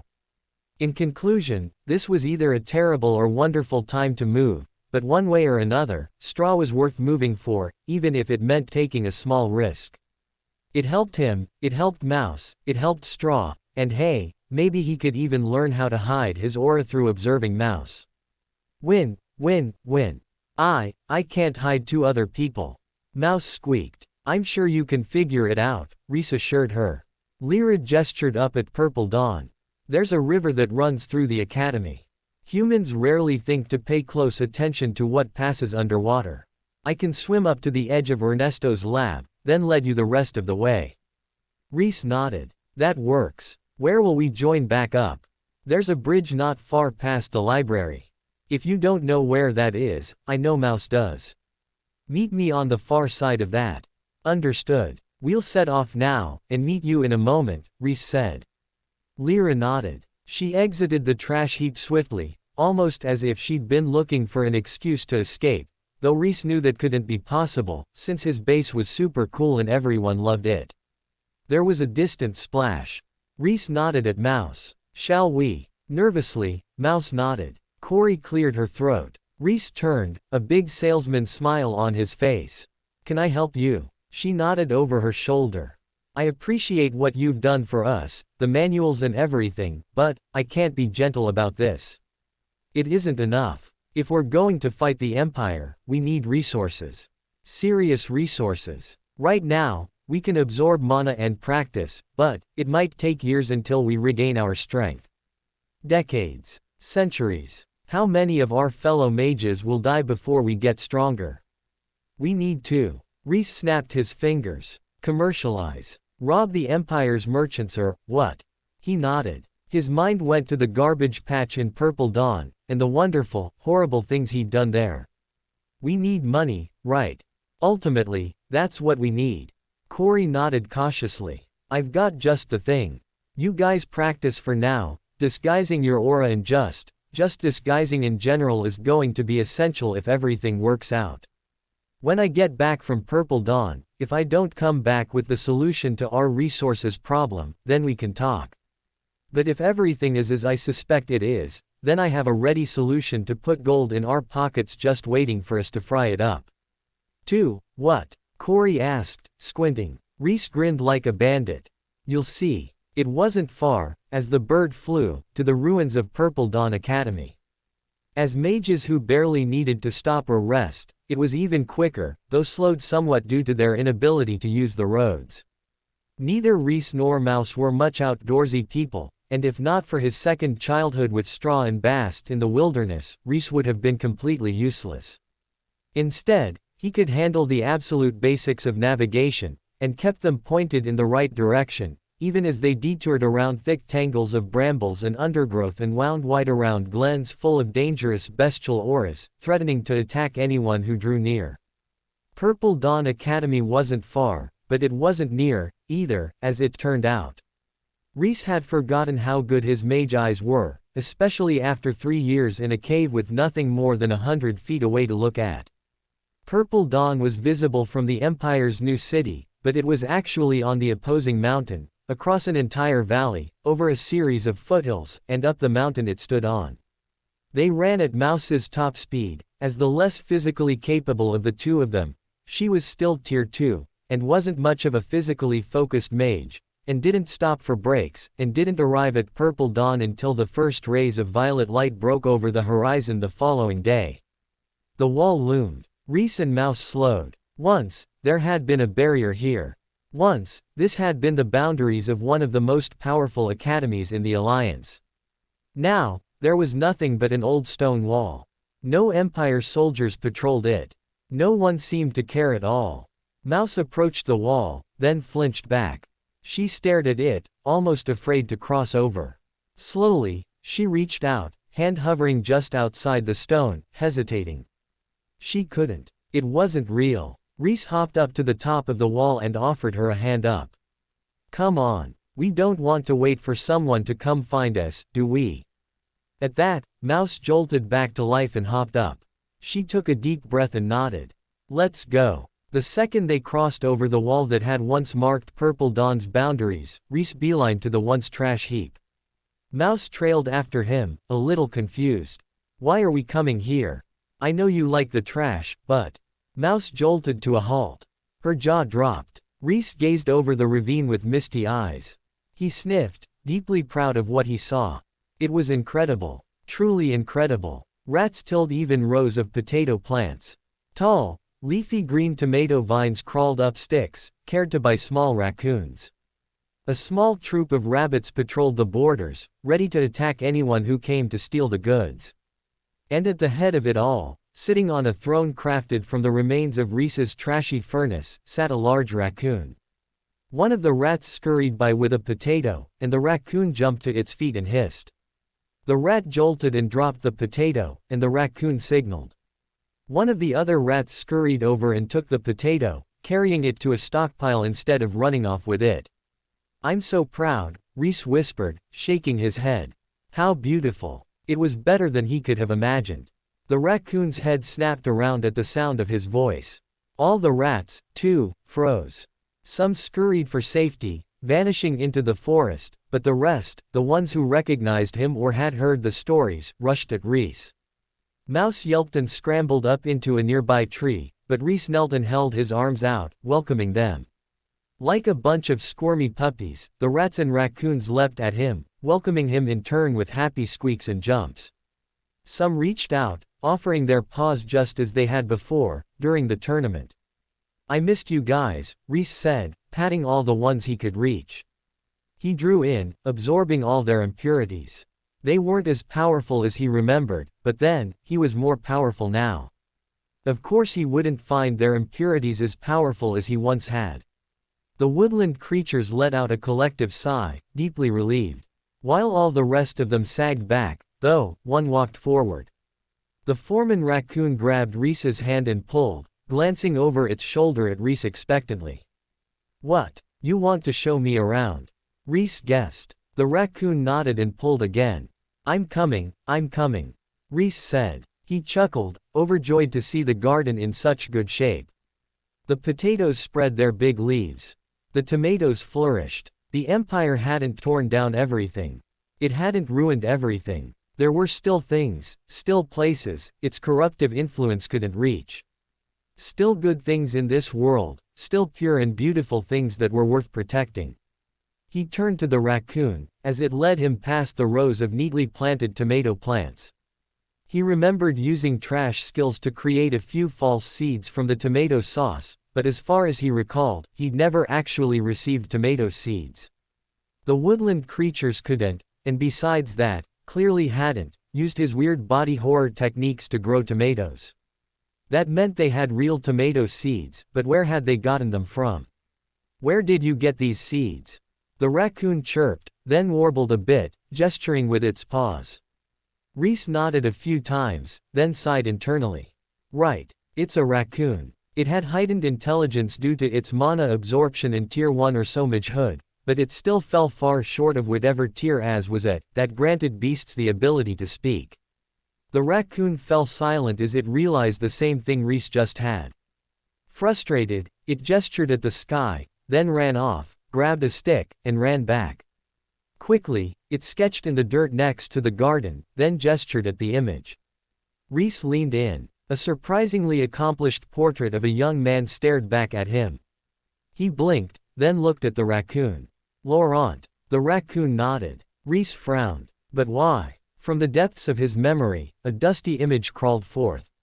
Him, as Rena, in the potato chip stall, clutching Laurent's hand. "I do," stopping just short of saying anything, "and a promise." His eyes widened. "I asked him for tomato seeds." "No way. Did he come back here and give the raccoon seeds after?" His expression darkened. "After he executed me." A strange expression crossed over his face, half a smile, half a grimace, and he snorted, unable to laugh or cry, but wanting to do both. Laurent had. But why? Why honor that promise, when he knew Rhys, and by extension Rena, were no longer of this world? Not dead, but as good as. He put his face in his hands and took a deep breath. No, wait, I'm thinking rationally. Laurent had strongly suspected that Rena and Rhys were the same person, not realized for certain that they were. He'd clearly had some attraction to Rena, misplaced though it was. It was possible, entirely possible, that Laurent knew Rhys was Rena and was consequently mourning Rena, and had thus honored their promise as a sort of memorial for what might have been. Leaving rationality further behind, it was also possible that he was deep in denial and searching for Rena to this day, desperately denying that she was Rhys's alter ego. Rhys pinched his chin. Did I accidentally create a tragic opera protagonist? Either that, or, maybe he was remembering wrong, but didn't, Much Ado About Nothing, start a little like this. He couldn't remember how that one ended, but he was pretty sure the bard didn't execute all the players at the end in a bloody melee, given that it was a romantic comedy, so he was probably safe, right? There was one loose end left, though, so he turned to the raccoon. That guy, he doesn't still come around, does he? The raccoon tilted its head. It started to shake. No, then paused, then waggled its hand instead. A little. How often? Once a year. The raccoon nodded, waggling its hand a little at the same time. A little more than once a year. A nod. Twice a year. A shake. Rhys nodded. So probably once a year, and maybe if he's in the area. That kind of tracks. What days does he usually come? The raccoon stared at him, and Rhys stared back, then coughed. Right, sorry. I have no idea how you'd convey that. That's my bad. The raccoon waved its hands, putting that behind them. It grabbed Rhys's robes instead and pointed, first at the storehouse, then at Rhys, then shrugged. What should you do with the potatoes? I'm glad you asked, Rhys said, breaking into a grin. Listen, he didn't tell the raccoon their hideout. It wasn't that he didn't trust the raccoon, but instead, that this was a big operation, with lots of moving woodland creatures in it, and any one of them could be weak-willed and give in to an interrogation, or, more likely, be a little incautious and lead the Empire to the hideout. Instead, with a little hand gesturing, a little drawing, and a lot of talking, he organized a place in the woods where the raccoon would leave the goods, and an agreement to meet at the site once a month to discuss the location of the next one. It wouldn't be necessary forever, if things went his way, but at least at first, until they got things up and running and got their legs under them, it would be easier to negotiate a safe space, where the insurgency against the Empire and the raccoon with a potato-growing hobby didn't obviously intersect. Sure, it was a trashy tactic he'd adapted from drug dealers, but hey. If it worked, it worked. And potato chips were drugs, after a manner of thinking. At last, everything organized, he turned back to Mouse. Ready to head into your old stomping ground. I've been ready for a while. I hope Lyra doesn't get bored before we arrive, she muttered. Hey, don't poo-poo potatoes. Those tubers are going to make us rich, Rhys declared. Are you going to dress up again? She asked. Rhys blinked. I have no idea what you mean.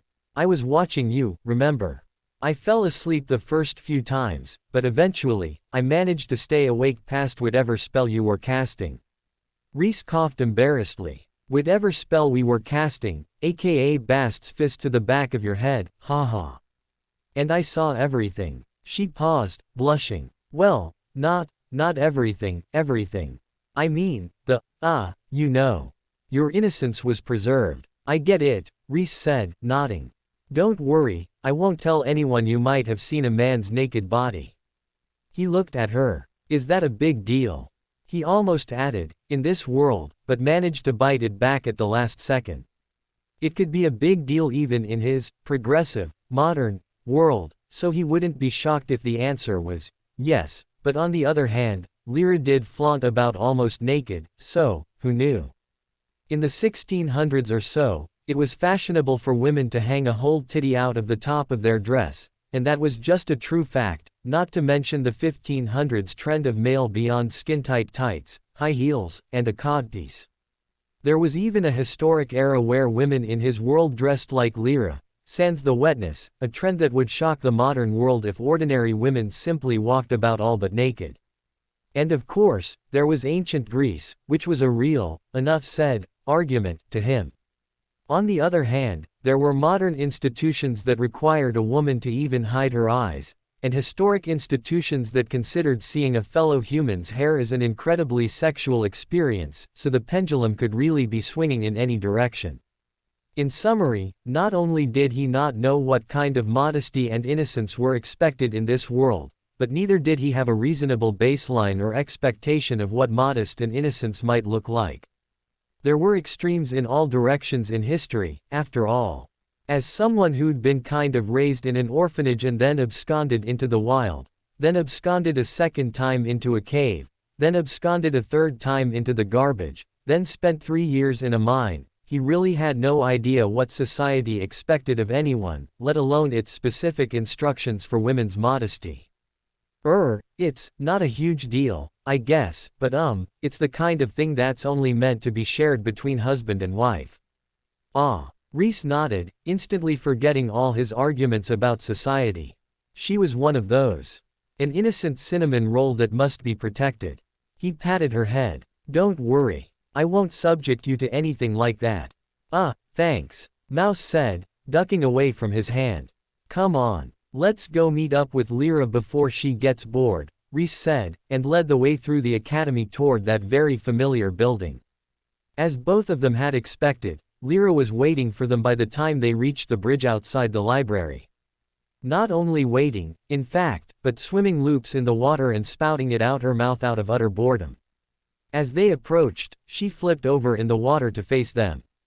Took you long enough. What was a pair of young mages doing all alone in the woods that could have taken them so long, I wonder?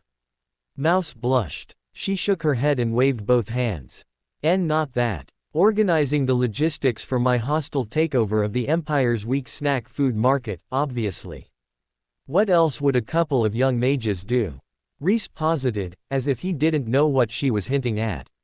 He nodded. Come on, show us the way to Ernesto's lab.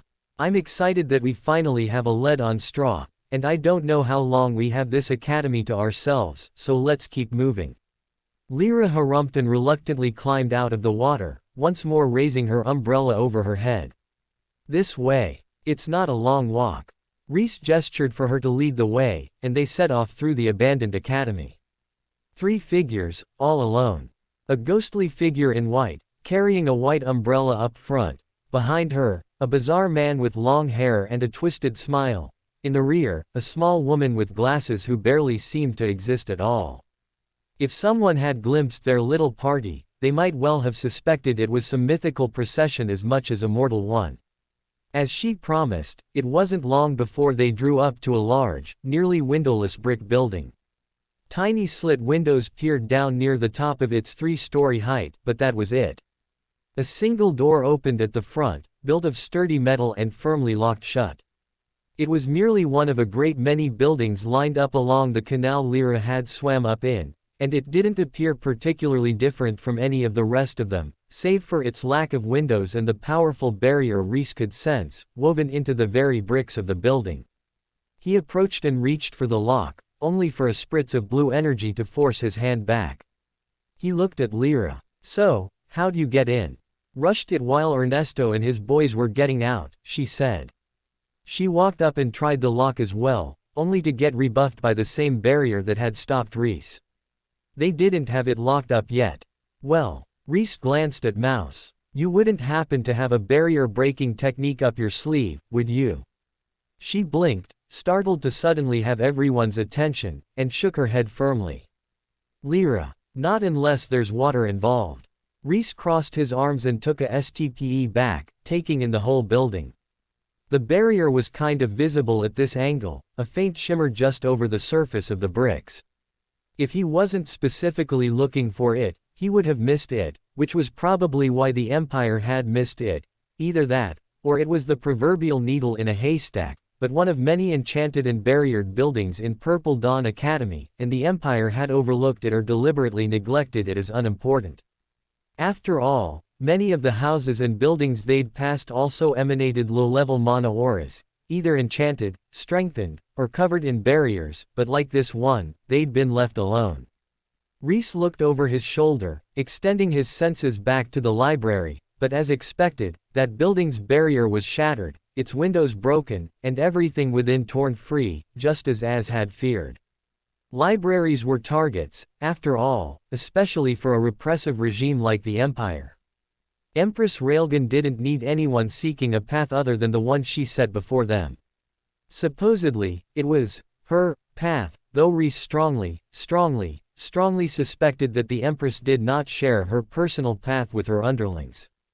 After all, core manipulation wasn't something one stumbled upon by accident, and despite being able to manipulate trash to create new cores himself, Rhys had to admit that he had no idea how he'd go about yanking a core out of someone else. Sure, he could rip their energy out, but there was a difference between sucking energy like some kind of deranged mana vampire and surgically removing and replacing people's cores like they were disposable batteries, without overly harming or killing the person whose core was removed.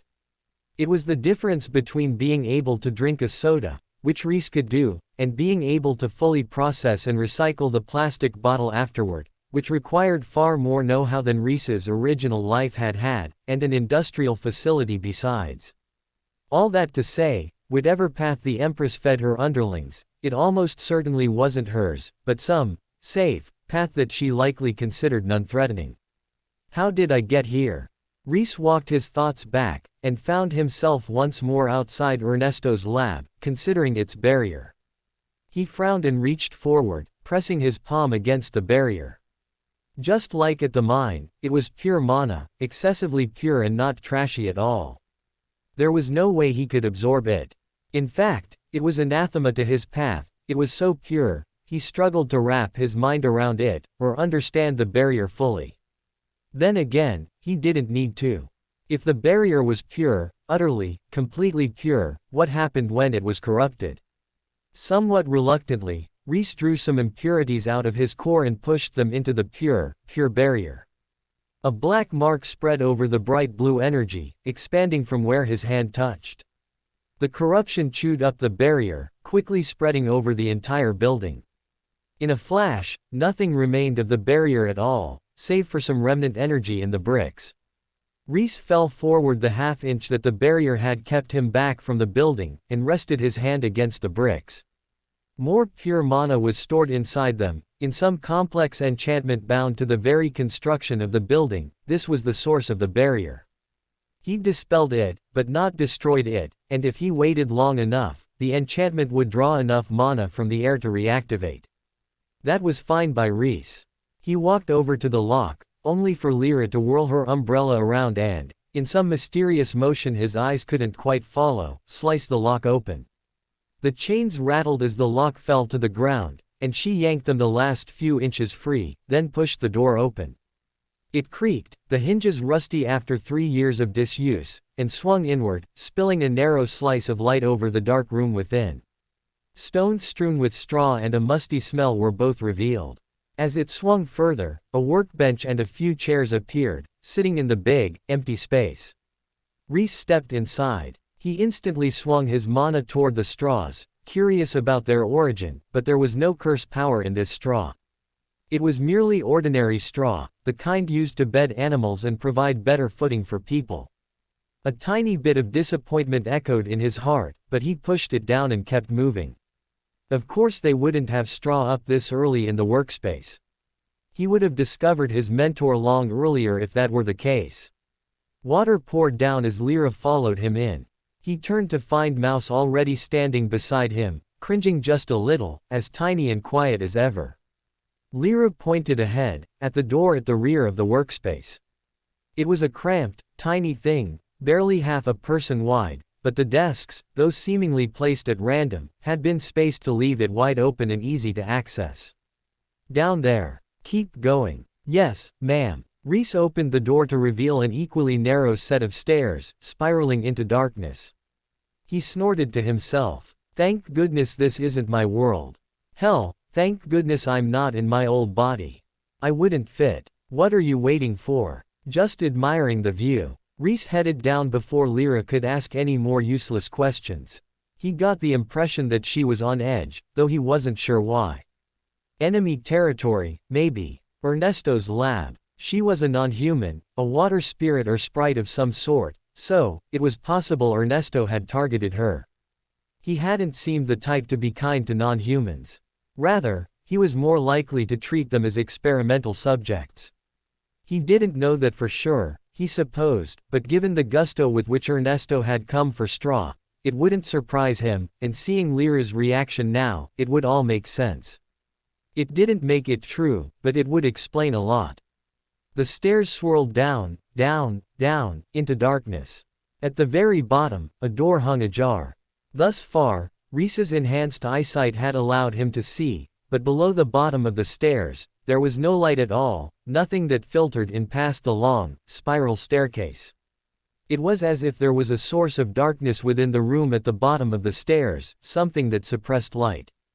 All the way down the stairs, bits of straw were strewn, whether tracked down or what, Rhys couldn't say. As they reached the bottom of the stairs, however, that straw began to take on a familiar color and a familiar aura. He knelt, picking up a piece of the straw. It wasn't completely straw's aura, nor as packed full of curse power as the straw Lyra had found, but it was very much familiar to him, as if it were a piece that had fallen off straw long ago, left in the sun to dry until it lost its aura. A light shone from behind him. He glanced back to find Lyra's umbrella now glowing, like a raincloud lit from behind by the sun. Rhys raised his brows. Is there anything that thing can't do? Do you want to find out? Lyra asked dangerously. Rhys licked his lips, a little scared of the way she said it. You know what? I'll pass. I didn't make it through that door, Lyra informed him more helpfully. It's ajar, that's a bad sign. It wasn't last time. No, it was closed. Ernesto's students yanked me out before I got any further. If it's open, then they might have already removed everything important. Like straw, Rhys said. He looked at the door one last time, then took a deep breath and pushed it open. Only one way to find out. The pale gray light from Lyra's umbrella spread across the floor. More and more straw was revealed. It was strewn about, then a thick coating, then heaps and piles of it, as if this were a stall, ready for horses.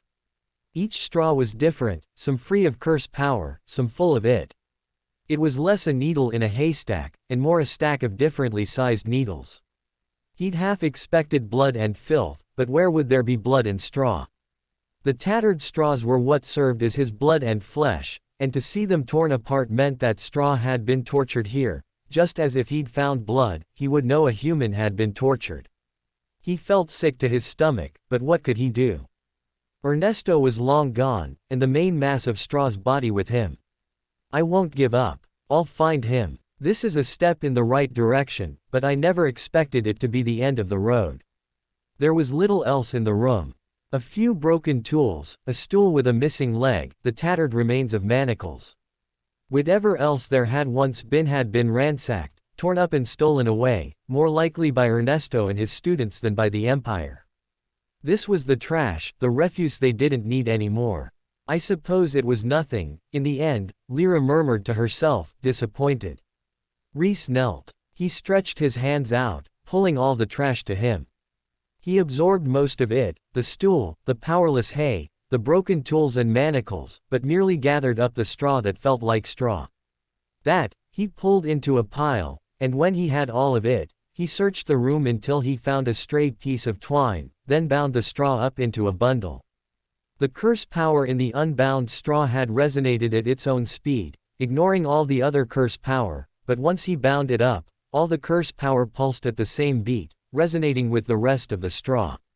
He raised his brows and put his hand against it, feeding mana into the straw. The straw pulsed stronger and stronger as the curse power fed on the mana and grew. More and more and more, growing stronger and stronger, until at last, the bound-up bundle of straw shuddered and transformed, whirling about on its own power into a small, doll-sized version of straw. Like a doll, it was crude, a rough approximation of straw with his ragged clothes, rather than the human passing straw, as if an amateur had made a toy for a child. Rhys crouched, gazing at it closely. It laid there, completely motionless and lifeless, no more than a straw doll. What the hell, Lyra muttered. She knelt and reached out her hand toward it. The doll came to life and slapped her away.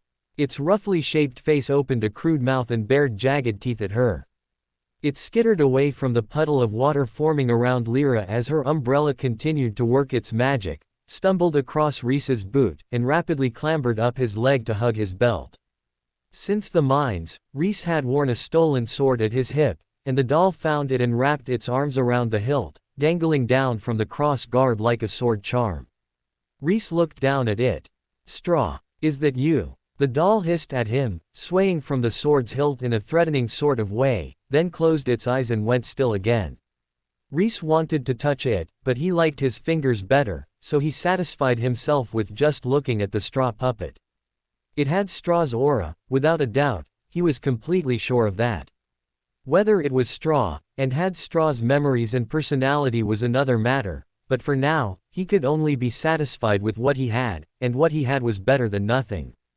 He looked at Lyra. You were right. He was here. But clearly, whatever happened, Ernesto moved him during the Empire's attack. Do you know if Ernesto got caught? Lyra wrinkled her nose. He escaped. Left me to rot and ran off with his precious students and research projects, filth that he is. Typical. Rhys sighed, then dusted off his robes and nodded to the others. Anyone else have something they want to do in Purple Dawn, or is it time to head back? Mouse shook her head. Lyra waved a hand dismissively. Rhys nodded at both of them. Then let's go. It had been a fruitful search for him. His raw materials for potato chips restored, and a hint, at last, to Straw's location. Now it was time to act on what he had found, and get everything kicked off. He had big plans, and the sooner they started, the better. After all, he had his work cut out for him. Rhys grinned. The first time, he'd merely had a potato chip stall. This time, he would have a junk food empire. Their trip back was short.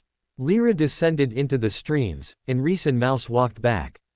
They had to pause for an Empire patrol to pass by, but Mouse easily hid their presences, and the patrol passed them without noticing a thing. This time, Rhys paid close attention to her technique. He wasn't quite sure how she did it, yet, but he was getting closer to understanding.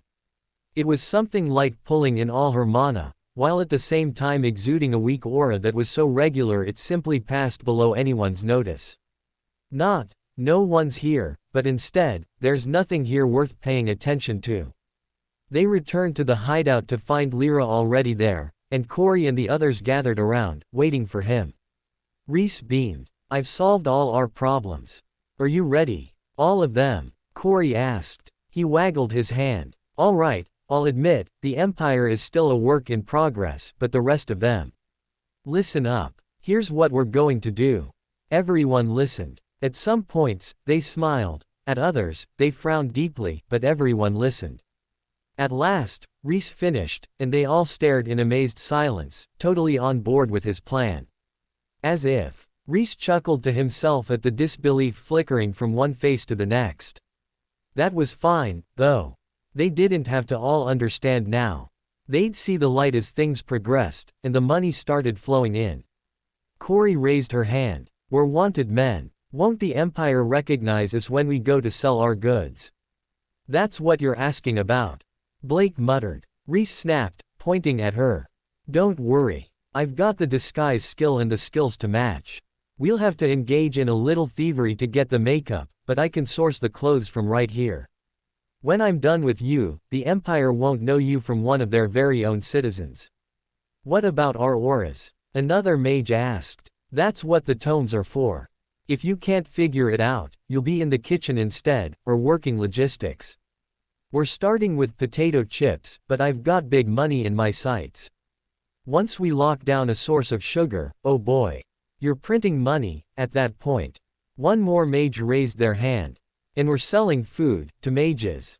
Yep. Food imbued with magic. Imported from foreign countries by good law-abiding core-free imperial citizens, yes. The mage squinted at Rhys. Mages don't eat. Rhys chuckled. They don't eat now. Just you wait. Another mage stepped forward. Is this really the best way for us to get back at the Empire? Feeding it. This isn't how we get back at the Empire. This is how we fund our plan to get back at the Empire, Rhys explained, shaking his head. Although it is also part of my plan, but that's complicated. You'll have to have a little faith. Corey stepped forward. She crossed her arms. I believe in you. You broke us out of the mines and you gave us back our cores. I thought neither of those things were possible, and here we are. This plan sounds insane, but if you told me you'd break us out and give us magic once more, I would have called you crazy back in the mines. I don't care what the others say. If you say it's time for us to sell this, junk food, then I'll sell junk food. It's better than pointlessly dying to some harebrained assassination attempt, or harassing nobles for little gain. That's true. It's better than becoming bandits, another mage agreed. Blake twisted his lips. I still think this is crazy, but we'll find out. If it doesn't work, though. If it doesn't work, I'll be the first one to change my course, Rhys said. He looked around at all of them, at the believers and disbelievers. 3 years. 3 years we were stuck in those mines, grinding away for no purpose at all. Give me 3 years. If I can't get this up and running in 3 years, if we aren't swimming in money and laughing as the empire eats itself to death and drowns in cheap alcohol, we'll change course." Corey nodded. She turned, looking at the others. Slowly, one after another, nods spread across the group. Rhys clapped. "Then let's get to work. I need people scavenging the pit, right now. We need cauldrons. The bigger the better. A storage ring, for transporting food. I don't care if it's broken or filthy, any kind of storage device will do. We don't have all the ingredients, either. One team will be harassing merchants, stealing everything on any sort of food-based or alchemical supply cart. We're looking for 3 primary things right now: salt, oil, and vinegar. If you find sugar, even better. Aim at low-grade wagons. We don't need high-level mages taking notice of their powerful alchemical reagents vanishing. We want to irritate weak mages with no real magical or political power. Don't touch anyone wearing a military uniform. Last thing we need is the Empire taking notice before we've got the seed funds to kick off our store legitimately." "Anything else?" Blake asked sarcastically. "Thanks for asking. If you could nab a few of the merchants' pins, you'll know 'em when you see 'em, real obvious, that would be huge. They identify them as merchants, somehow, allow them to use mana outside the Empire's military. I'm sure I don't need to convince anyone of how useful a pin like that would be." Nods all around. Rhys chuckled, then turned serious. "But don't try to use them yourselves. Bring them back. I suspect they've got some kind of trick to them, and if the Empire picks you up, you're on your own. We can't afford to mount rescue operations. Assume no one is coming for you, but keep the faith. If you break, we all die. Everyone bears that responsibility. Do you understand?" Nods again, but solemn this time, and Rhys was struck with the sinking feeling that he was founding the world's oddest death cult. He pushed the sensation down and kept going. "If the Empire doesn't execute you, you'll be freed when we defeat them. Though, actually, asking to get sent to a mine isn't a bad idea. Once we get our resources rolling, we'll start hitting the mines, break as many people out as we can. We'll need manpower for every part of our plan. Makes sense." More nods. Rhys clapped. "Then hop to. The Empire won't fall on its own." Corey cleared her throat. "Who's doing what?" "Good question." Rhys squinted, then drew a line with his hand. "This half, search the area and the surrounding trash heap for usable materials.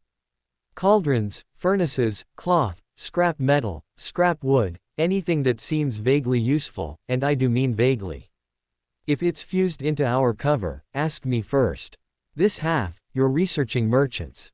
Staking them out. Get to know them personally, what they carry, their roots, hell, their character flaws. In a week, we'll go on the attack, but if we rush this, we lose. If we watch closely and learn everything there is to learn first, then strike, we win. What about us?" Rhys turned to find Lyra raising her hand, mouse beside her. He nodded. "Learn to hide your aura. You'll be part of the strike group in a week's time, along with anyone else who shows particular skill and interest in raiding some merchants." "Sound good. One last, yes." Rhys waved his hands, dispersing them. He turned himself, heading out under the trash heap to survey its contents. He hadn't looked over it closely while he was rapidly procuring them a place to hide from the Empire, and he was sure he'd thrown lots of useful trash into the big heap. Useful things could be removed and replaced with less useful things. After all, he didn't just need one kettle this time. He needed a whole industrial kitchen, and before long, he'd need a whole industrial test kitchen. Countertops, knives, bowls, the whole 9 yards. He lifted his hand, calling down a dented spoon. That went in his robe. A fork with 2 tines joined it. Not long after, half a bowl. The straw doll hissed. It swung around on the hilt of Rhys's sword and landed atop it, then climbed up to Rhys's shoulder.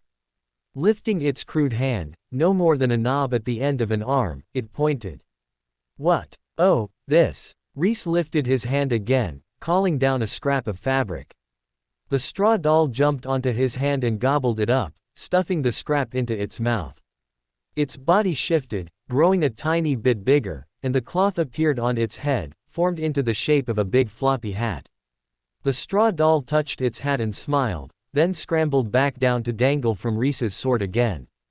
Rhys chuckled. He shook his head. You just aren't straw without your hat, huh? The doll had nothing to say to that, back to its usual insensate state. Straw wasn't much of a talker, either, so he wasn't too shocked. He went back to drawing down bits of trash to add to his kitchen, a plate here, a strainer here. There was plenty of mortal trash, and thus, plenty of cooking implements. That was the one good thing about the Empire. Lots of mortals under its purview, due to its Empress tight control on cores. It meant they'd be able to start from a foothold in the mortal world, where it was far easier to convince people to eat delicious things, then grow to the mage world. Of course, the foothold in the mortal world was meaningless, monetarily as well as ideologically, but it was a start, and easy money was easy money. He'd prefer to skip the mortal world entirely, but what kind of foreign traders would bring food into the country for mages only? There was no point. It simply didn't make sense, and anyone could call it out as highly suspicious.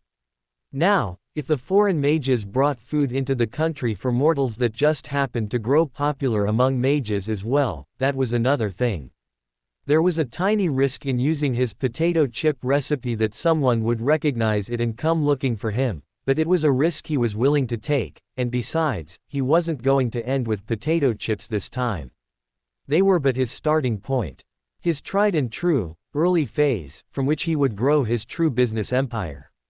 If everything went well, he'd have the kind of empire enjoyed by the few companies in his world that had fully and truly mastered the world of food, the kind where it seemed to be a dozen disconnected brands with nothing in common, until you peered closely at the back of the box to find that familiar logo hidden away on its rear. At the end of his plan, no, even once he entered the mid-phase, he'd be able to abandon potato chips without losing a thing, if he needed to. He glanced down at the straw doll and smiled. We're about to get evil. Real evil. The straw doll looked up at him with its tiny button eyes and cheered. For more thrilling fanfiction stories like this, check out my channel Fanfic Audiobook. Dive into epic adventures, mysterious realms, and legendary journeys brought to life through immersive storytelling. Don't forget to like, share, and subscribe for more amazing audiobooks.